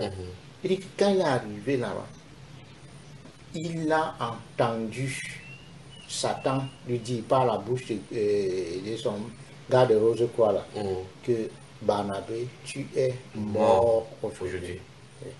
Et que quand il a entendu ça, ses mains se sont grippées, ses pieds comme ça là, se sont grippés, il ne pouvait plus appuyer les pédales, il ne pouvait plus rien. Et il me dit que Gaston, je te dis que Jésus est Dieu. Quand j'ai entendu ça et que je ne pouvais plus, et ma voiture glissait doucement pour aller dans le ravin avec moi. Et j'ai dit, Jésus, sauve-moi. Quand j'ai dit, Jésus, sauve-moi, mes mains se sont encore relâchées. Pour qu'il puisse manipuler et le volant. puis, j'ai conduit ma voiture. Et j'ai vu Jésus venir sur le pare-brise de ma voiture et traverser comme ça. Quand il a traversé, il m'a touché, c'est là où mes mains se sont déconnectées. Et puis, j'ai encore conduit. Et il me dit que Gaston, c'est pourquoi moi, je vais te dire une chose. Je sais que toi, tu es en train de chercher Dieu. Tu peux. Mais j'ai cherché toutes ces choses. Je suis entré dans du n'importe quoi. Mais si j'allais mourir, je serais mort depuis. Tu ne m'aurais même pas vu. Ça, c'est un grand de la Rose-Croix qui dit comme ça. Mais comment? Mais ça pose problème parce qu'ils utilisent des manières de séduction pour pouvoir glaner les gens de la Genèse dans les universités surtout parce qu'ils cherchent les cercles vraiment intellectuels en proposant des terminologies telles que l'immortalité de l'âme, ainsi de suite, la spiritualité et autres. Et là, ils disent que ce n'est qu'une religion de science, de réflexion, de philosophie, alors qu'en réalité, se trouve le satanisme. C'est le satanisme. Des esprits qu'ils invoquent, et des esprits, des incantations, des rituels. Oui. Et là maintenant il y a la rose croix d'Amor, il y a la rose croix il y a plein de branches, plein de branches qui s'inspirent toujours de l'Égypte ancienne. Oui. Et c'est comme ça que quand j'ai causé avec Barnabo, peut-être après même seulement 30 ou 40 minutes, j'avais déjà mis bas la terre. Donc il t'avait descendu. Oui. Rien que son témoignage, je ne sais pas ce qu'il a dit d'autre, ce qu'il a fait de spécial, mais j'étais déjà bas la terre, je n'étais plus là en train de vouloir expliquer quoi que ce soit. Parce que se trouve ici, toi qui cherches la puissance, tu testais pour savoir d'où la puissance vient. Là se trouve quelqu'un qui a eu toutes ces puissances et est revenu vers Jésus. Et c'est là où j'ai continué à causer avec lui. Je lui demande par exemple, et la réincarnation c'est comment? Puisqu'on a ça dans toutes ces religions orientales. Oui. Moi je croyais à la réincarnation. Oui. Et je lui ai demandé, le voyage astral, il me dit que le voyage astral c'est des bêtises. Oui. Regarde, moi-même je faisais ça, je faisais comme ceci. Et puis, comme on parle le même langage là, là tu te comprends je comprends. Il est en train de m'expliquer, il me dit voilà. Et c'est comme ça que, à la fin, vers 17h comme ça, j'ai dit que mon frère, il faut prier pour moi. Oui. Maintenant, moi aussi, je vais suivre Jésus. Amen. Et c'est comme ça que, ce jour-là, dans son bureau, il a prié pour moi. Oui. Et je te dis, quand le monsieur là a prié pour moi ce jour-là, c'est comme si on avait mis les glaçons dans mon corps. Oui. Je suis resté comme ça peut-être pendant 3 mois. Oui. J'avais une paix, je ne pouvais pas expliquer. Pourtant, dans la religion orientale, Baha'i et autres, là-bas, on essaie de faire toutes les techniques pour avoir la paix. Et là, c'est le seul paix. Mais, quand je faisais le yoga, je faisais la concentration, non? Justement, pour la maîtrise. Oui, tout ça là. Mais je n'ai jamais eu ce genre de paix là. Je dis, c'est comme si on avait pris les glaçons là, on a mis dans... Mon cœur était apaisé, j'étais content, c'est-à-dire que je n'avais jamais été content comme ça. Amen. Et c'est ce jour-là, je suis rentré à la maison. Dès quand je suis rentré à la maison, peut-être vers 19h, j'ai dit, tous mes livres de quoi.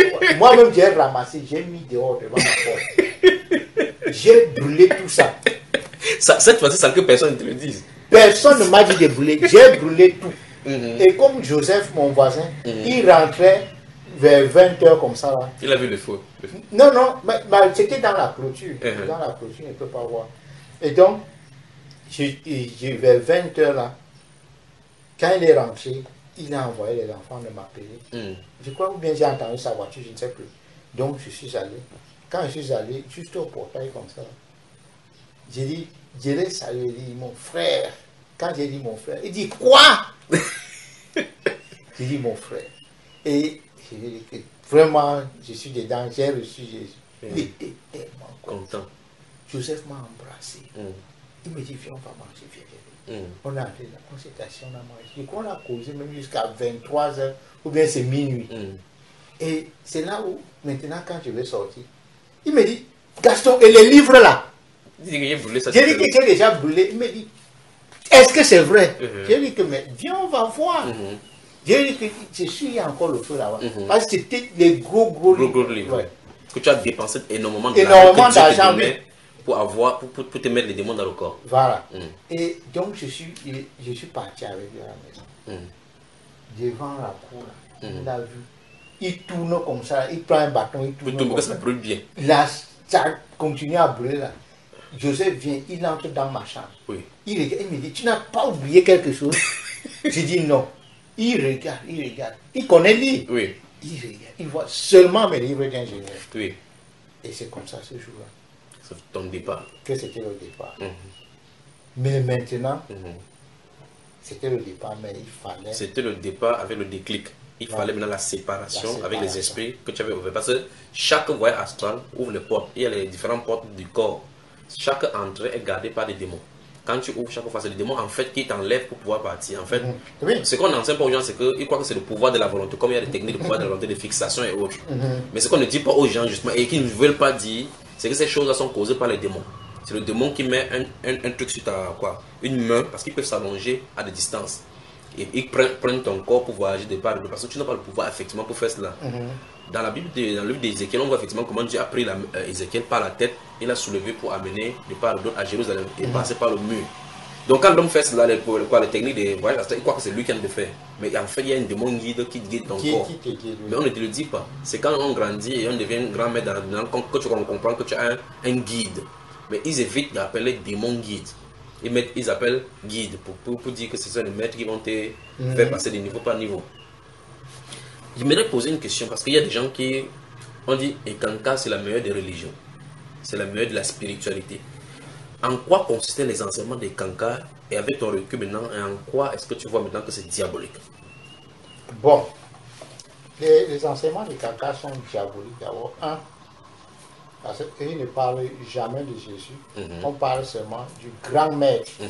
Et il appelle le Mahanta. Mhm. Il est- Comme un des avatars qu'ils utilisent. Oui, c'est le nom du grand maître. Mhm. C'est son nom, c'est son titre. Comment on dit ici, honorable ou bien quoi. C'est un peu comme ça là. Oui. Et il dit ça en référant à qui? À l'époque, quand j'étais là-bas, c'était Paul Tuchel Mhm. qui était le grand maître. Mhm. Et après ça, il y a eu ce gars, c'est Harold Klein. Mhm. Je ne sais plus s'il est toujours là. Mhm. Mais le siège même de Kanka, c'est aux Aux États-Unis. États-Unis.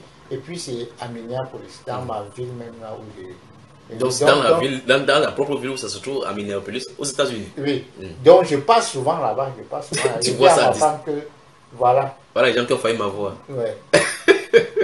Et aussi, ils ont un truc qu'ils enseignent là. Ils enseignent le son, la lumière, le you. Mhm. Ouais. Ça là, Mhm. c'est juste un truc oriental. Parce que dans le yoga aussi, Il y a ça. il y a ces sons-là, mais c'est différents sons. Mais ils disent que tout dans la nature donne le son, ce même son-là, parle de ce son-là, Oui, ils disent que c'est le son de Dieu. le son de Dieu. Mais c'est des faussetés. Quand on a vu, avec le recul, Mhm. quelqu'un qui a fait des arts martiaux comme moi, et puis même le yoga, tout ça là, quand tu regardes, je parlais même de ça ici avec Haché, Mhm. et quand on fait quelque chose, un mouvement en karaté, Mhm.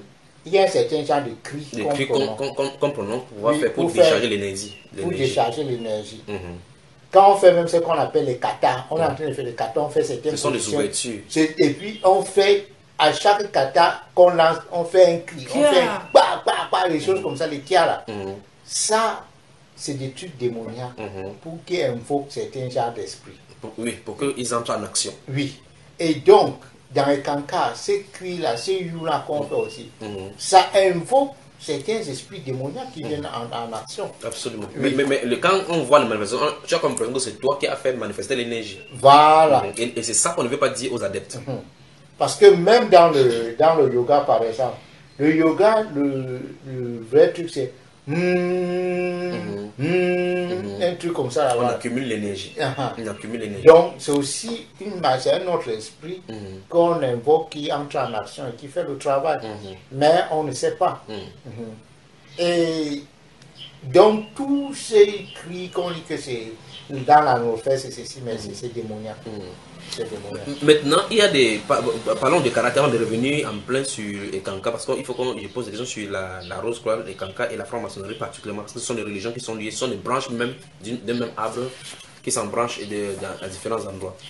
Il y a des pasteurs, il y a des chrétiens et même dans des assemblées qu'on fait le karaté, on dit que c'est juste un sport comme un autre. Oui. Ça, ce n'est pas vrai. Moi, j'ai parlé même de ça dans mon assemblée aux États-Unis. J'ai parlé, parce que les pasteurs là-bas, ils envoient leurs enfants faire le karaté. Et les gens trouvent que c'est normal.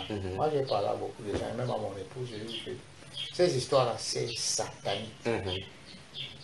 Un chrétien, quelqu'un qui aime ses enfants, ne doit jamais les envoyer au karaté. Et j'ai un ami, par exemple, à Portland, à Washington State, il trouve que il y a un certain truc que les Israéliens ont maintenant. Ils appellent ça, je ne sais pas. Israelian self-defense. Ils appellent ça chromata, quelque chose comme ça. Je ne me rappelle plus exactement comment le nom.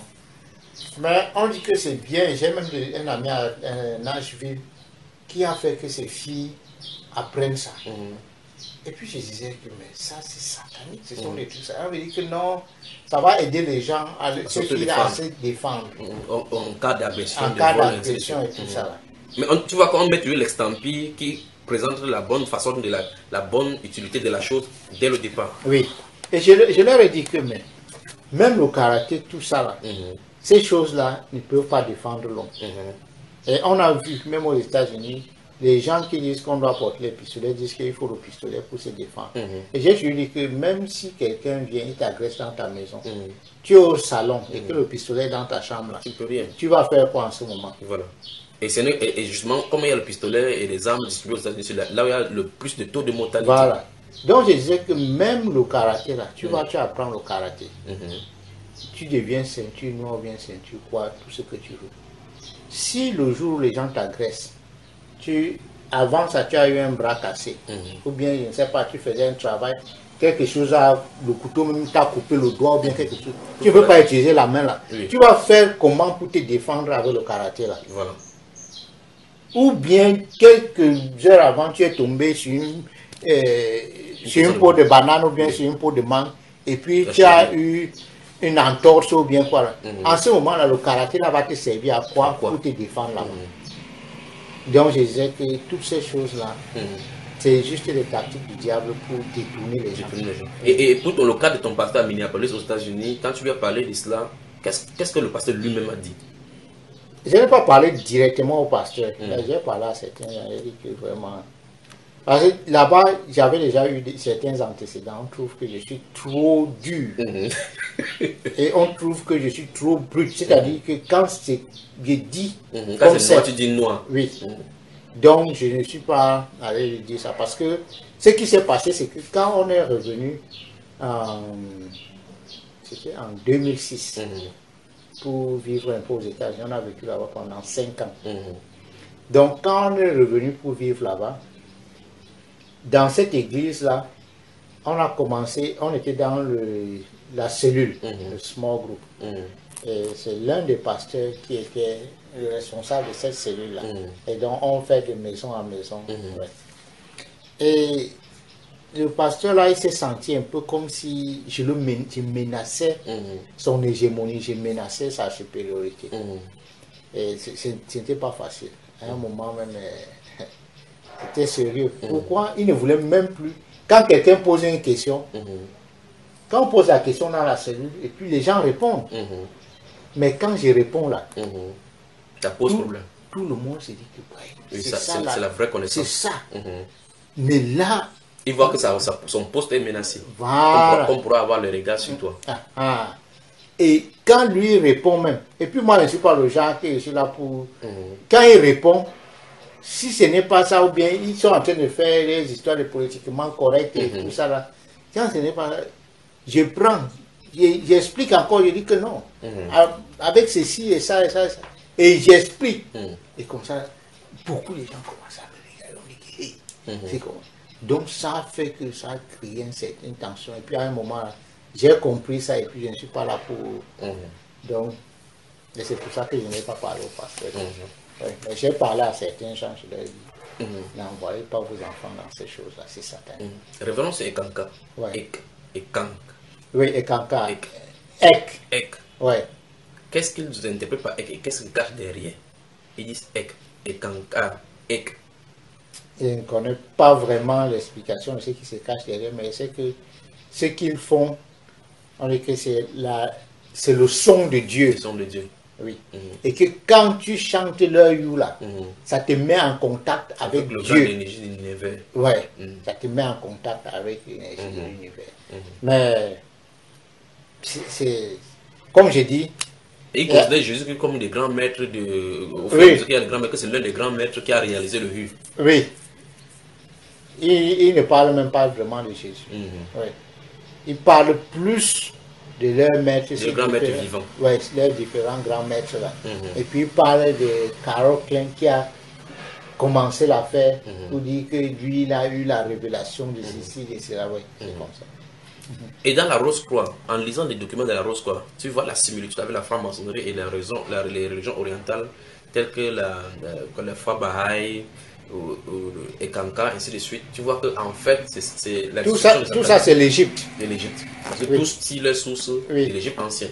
Tout ce qui est la source de l'Égypte. Et tout ce qu'ils font là-bas, Mhm. c'est comment manipuler les gens. Mhm.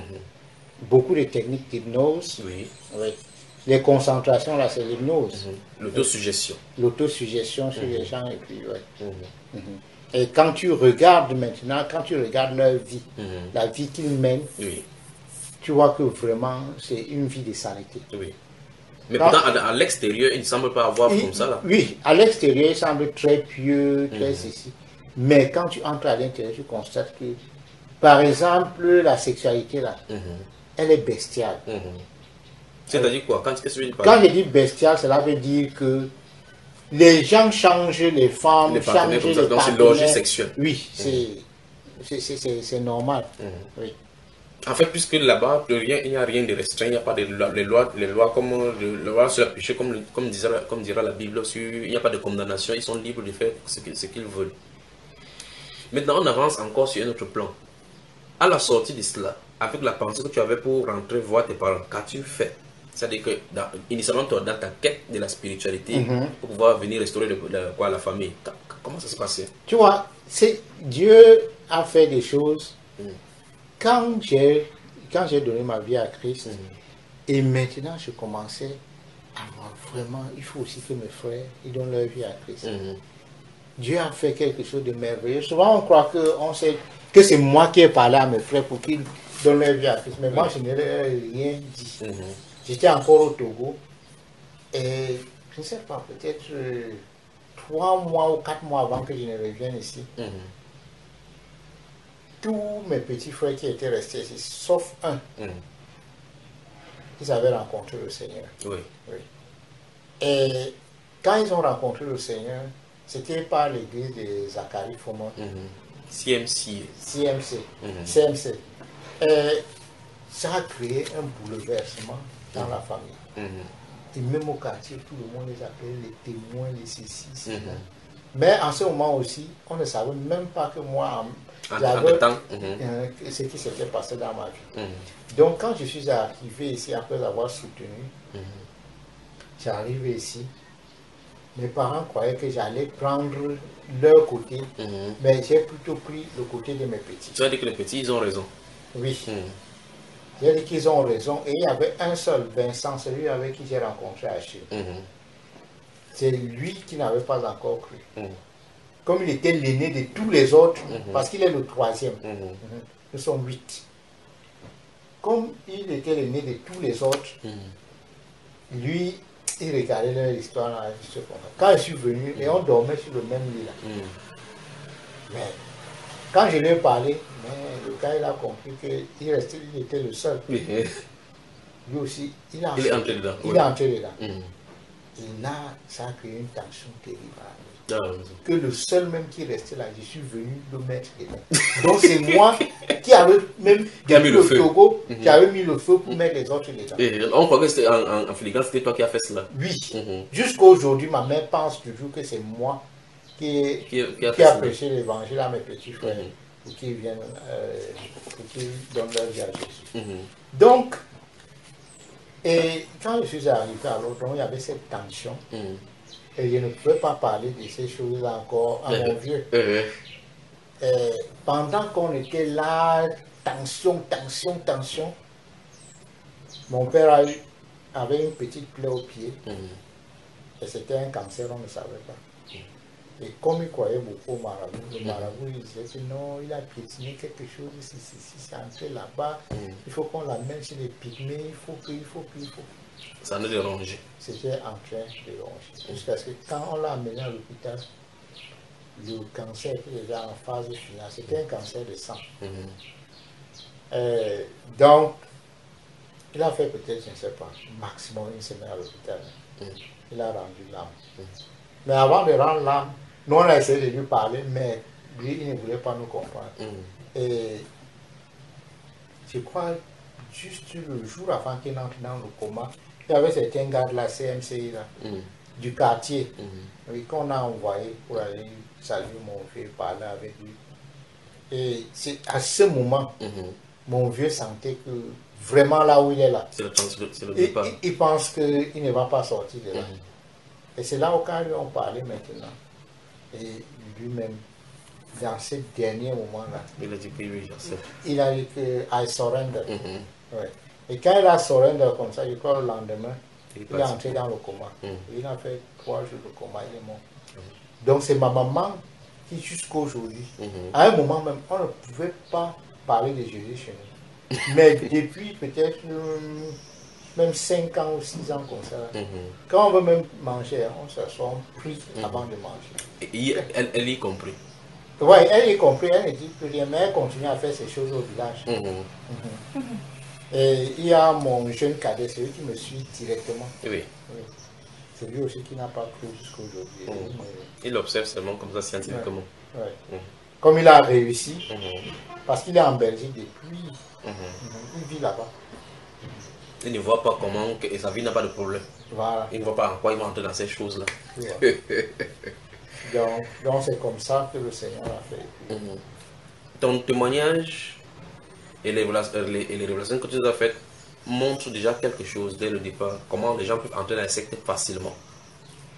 Et ces gens-là, les groupes de religions orientales là, ciblent particulièrement la jeunesse, ciblent les coins des universités et autres, ciblent, ils font des conférences, ouvrent cela de façon ouverte, sachant qu'ils vont pêcher les esprits et séduire les gens là-bas par rapport à la spiritualité. Et les gens qui ne cherchent pas Dieu de la bonne façon, ils entreront comme toi et par grâce de Dieu, toi tu es sorti.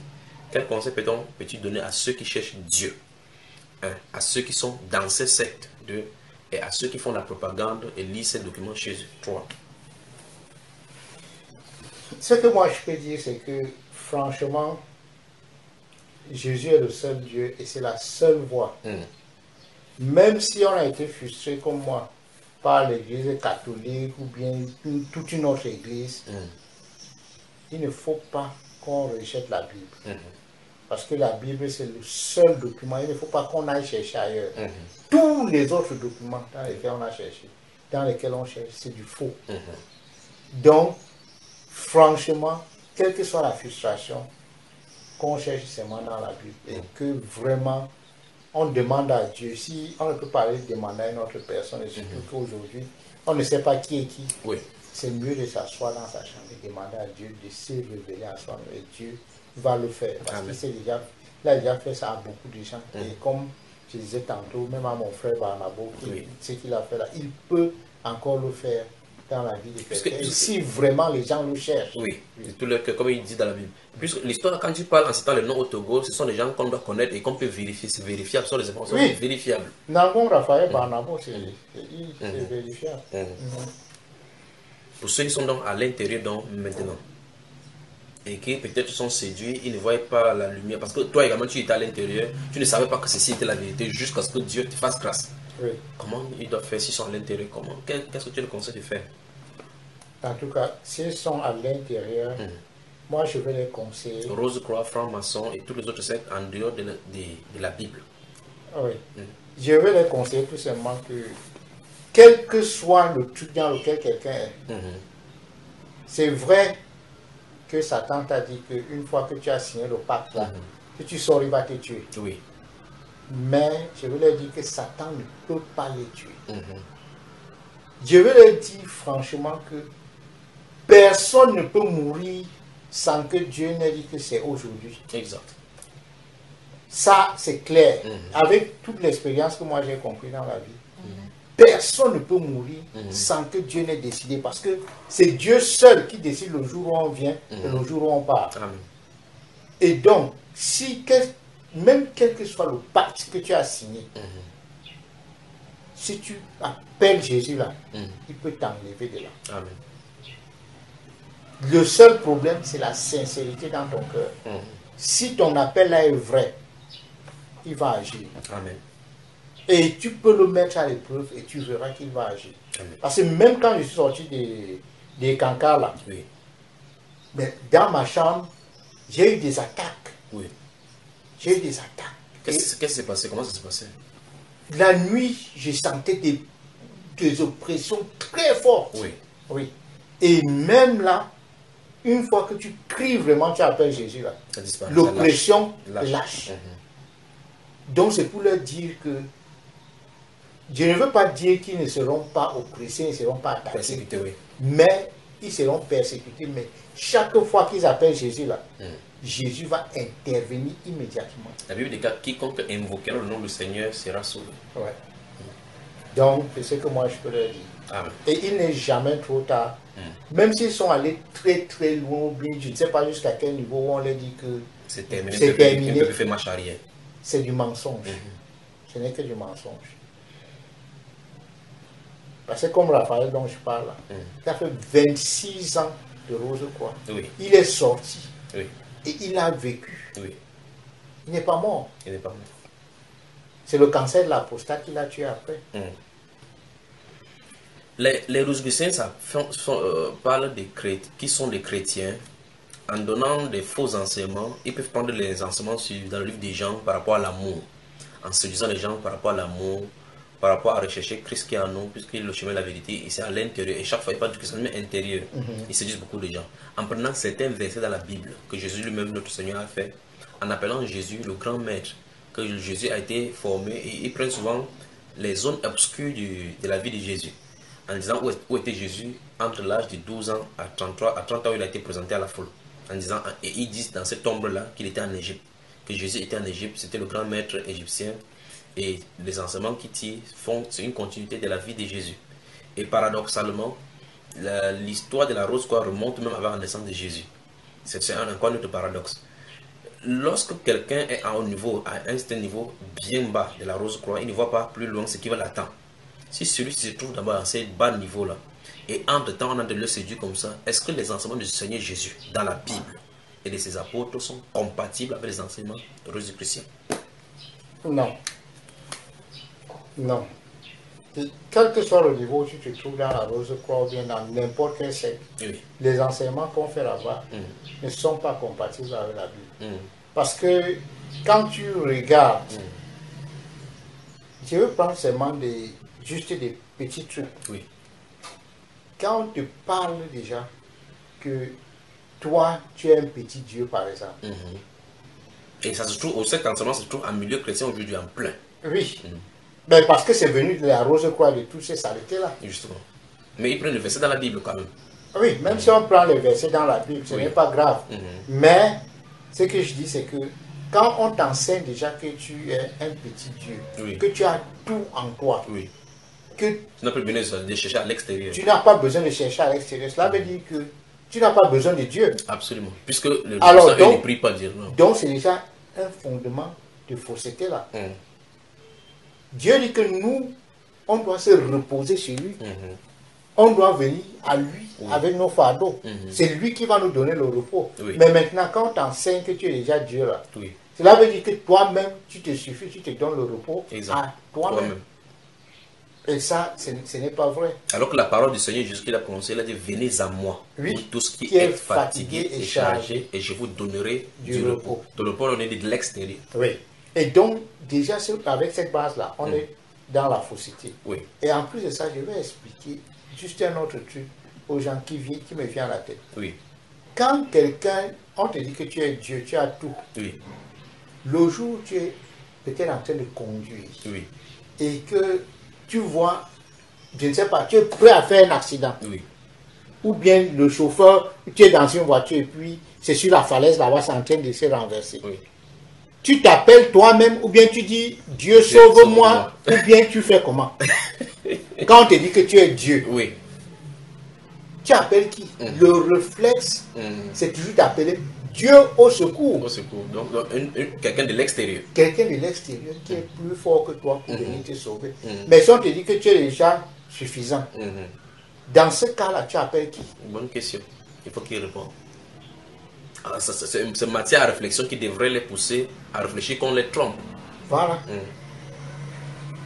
Donc, les enseignements, tous ces enseignements-là sont faux. Et on parle de réincarnation.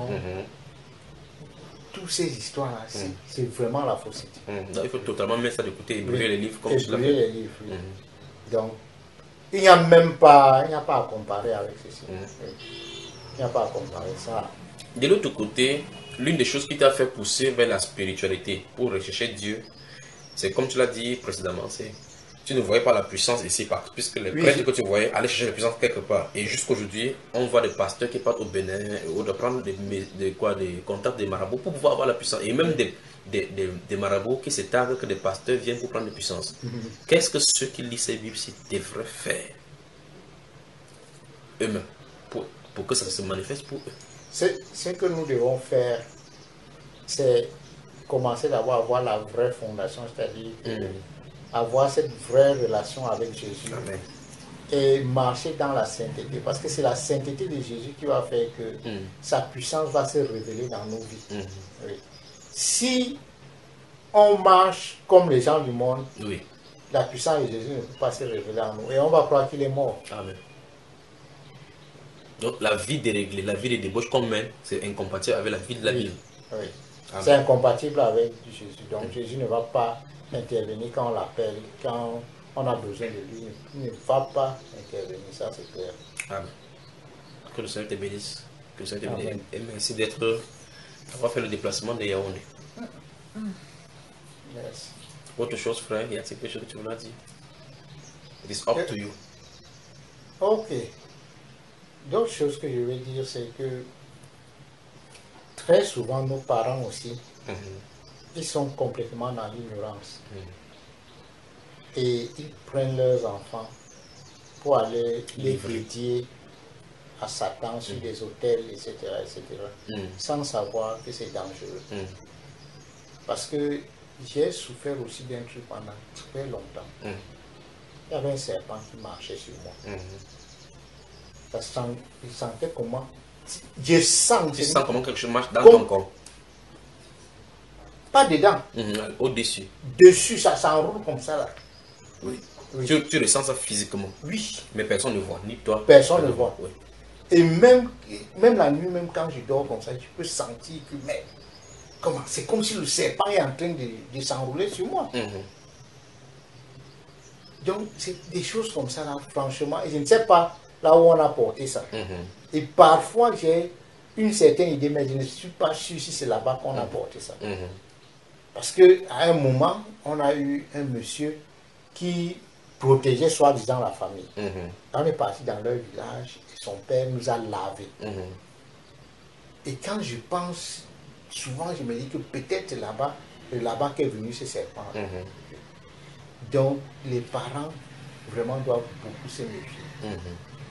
Beaucoup se méfier et protéger leurs enfants, protéger leur progéniture.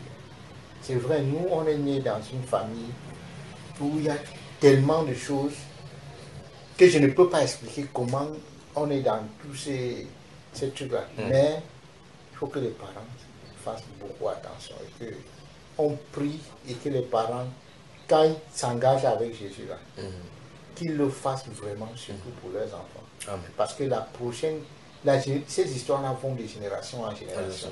Oui. De génération en génération. Et surtout, même partout, même que ce soit les banlieues ou ici. Tout ce qu'on croit, oui, chaque culture, Satan s'est déguisé et a placé. On appelle ça aujourd'hui une tradition, moderne. Tout ce qu'on appelle les traditions là sont sataniques. Toutes les traditions sont sataniques. J'ai beaucoup voyagé, mais quand tu regardes avec un œil vraiment de recul, tu constates que toutes ces choses-là sont sataniques. Oui. Malgré la peinture moderne qu'on essaie de mettre le folklore, le modernisme. Oui. Ok. Mon frère, tu es venu voir ces petits garçons. Qu'est-ce que tu attends maintenant? Qu'est-ce que tu veux? Ce que j'attends du petit garçon. Oui. Moi, je t'aime parce que toi, comme tu as une petite taille là, tu es dit que tu es petit garçon. C'est vrai. Tu es un petit garçon, mais le problème, ce n'est pas la grandeur de l'homme ou la petitesse de l'homme. Donc, ce que j'attends vraiment, c'est que tu m'aides pour que le Seigneur t'utilise pour vraiment me délivrer de toutes ces choses. Amen. Mais tu as attendu ce moment, c'est pour longtemps. Très, très longtemps. Quand tu écoutais les enseignements, qu'est-ce qui te faisait que tu dis, il veux aller là-bas? C'est quoi, au juste? Pourquoi cette attraction vers ici? Cette attraction-là, parce que, comme je t'ai dit, il y avait d'abord la constance dans tes enseignements. Et avec la constance là, j'ai vu Dieu agir dans la vie des autres. Tu vois, non? Donc, j'ai compris que vraiment, Dieu est avec toi et t'utilise pour faire le travail. Amen. Donc, c'est ça. Okay. Parce que si Dieu n'est pas là, ça va tourner en rond. Voilà. Tu vas essayer comme les autres. À dire qu'on délivre, on tape la personne jusqu'à après ça, il rentre, il est toujours avec son démon. Ouais. Et ça, c'est... Je n'ai jamais laissé quelqu'un prier sur moi, venir même prier, mettre les mains. Non. Ok, là où il y a la chaise blanche, là on appelle ça le tatami. Donc rendez-vous au tatami, à tout à l'heure. Ok. Que Dieu te bénisse. Amen. Bonne journée, sens-toi à l'aise. Merci. Donc on est ensemble. Ok.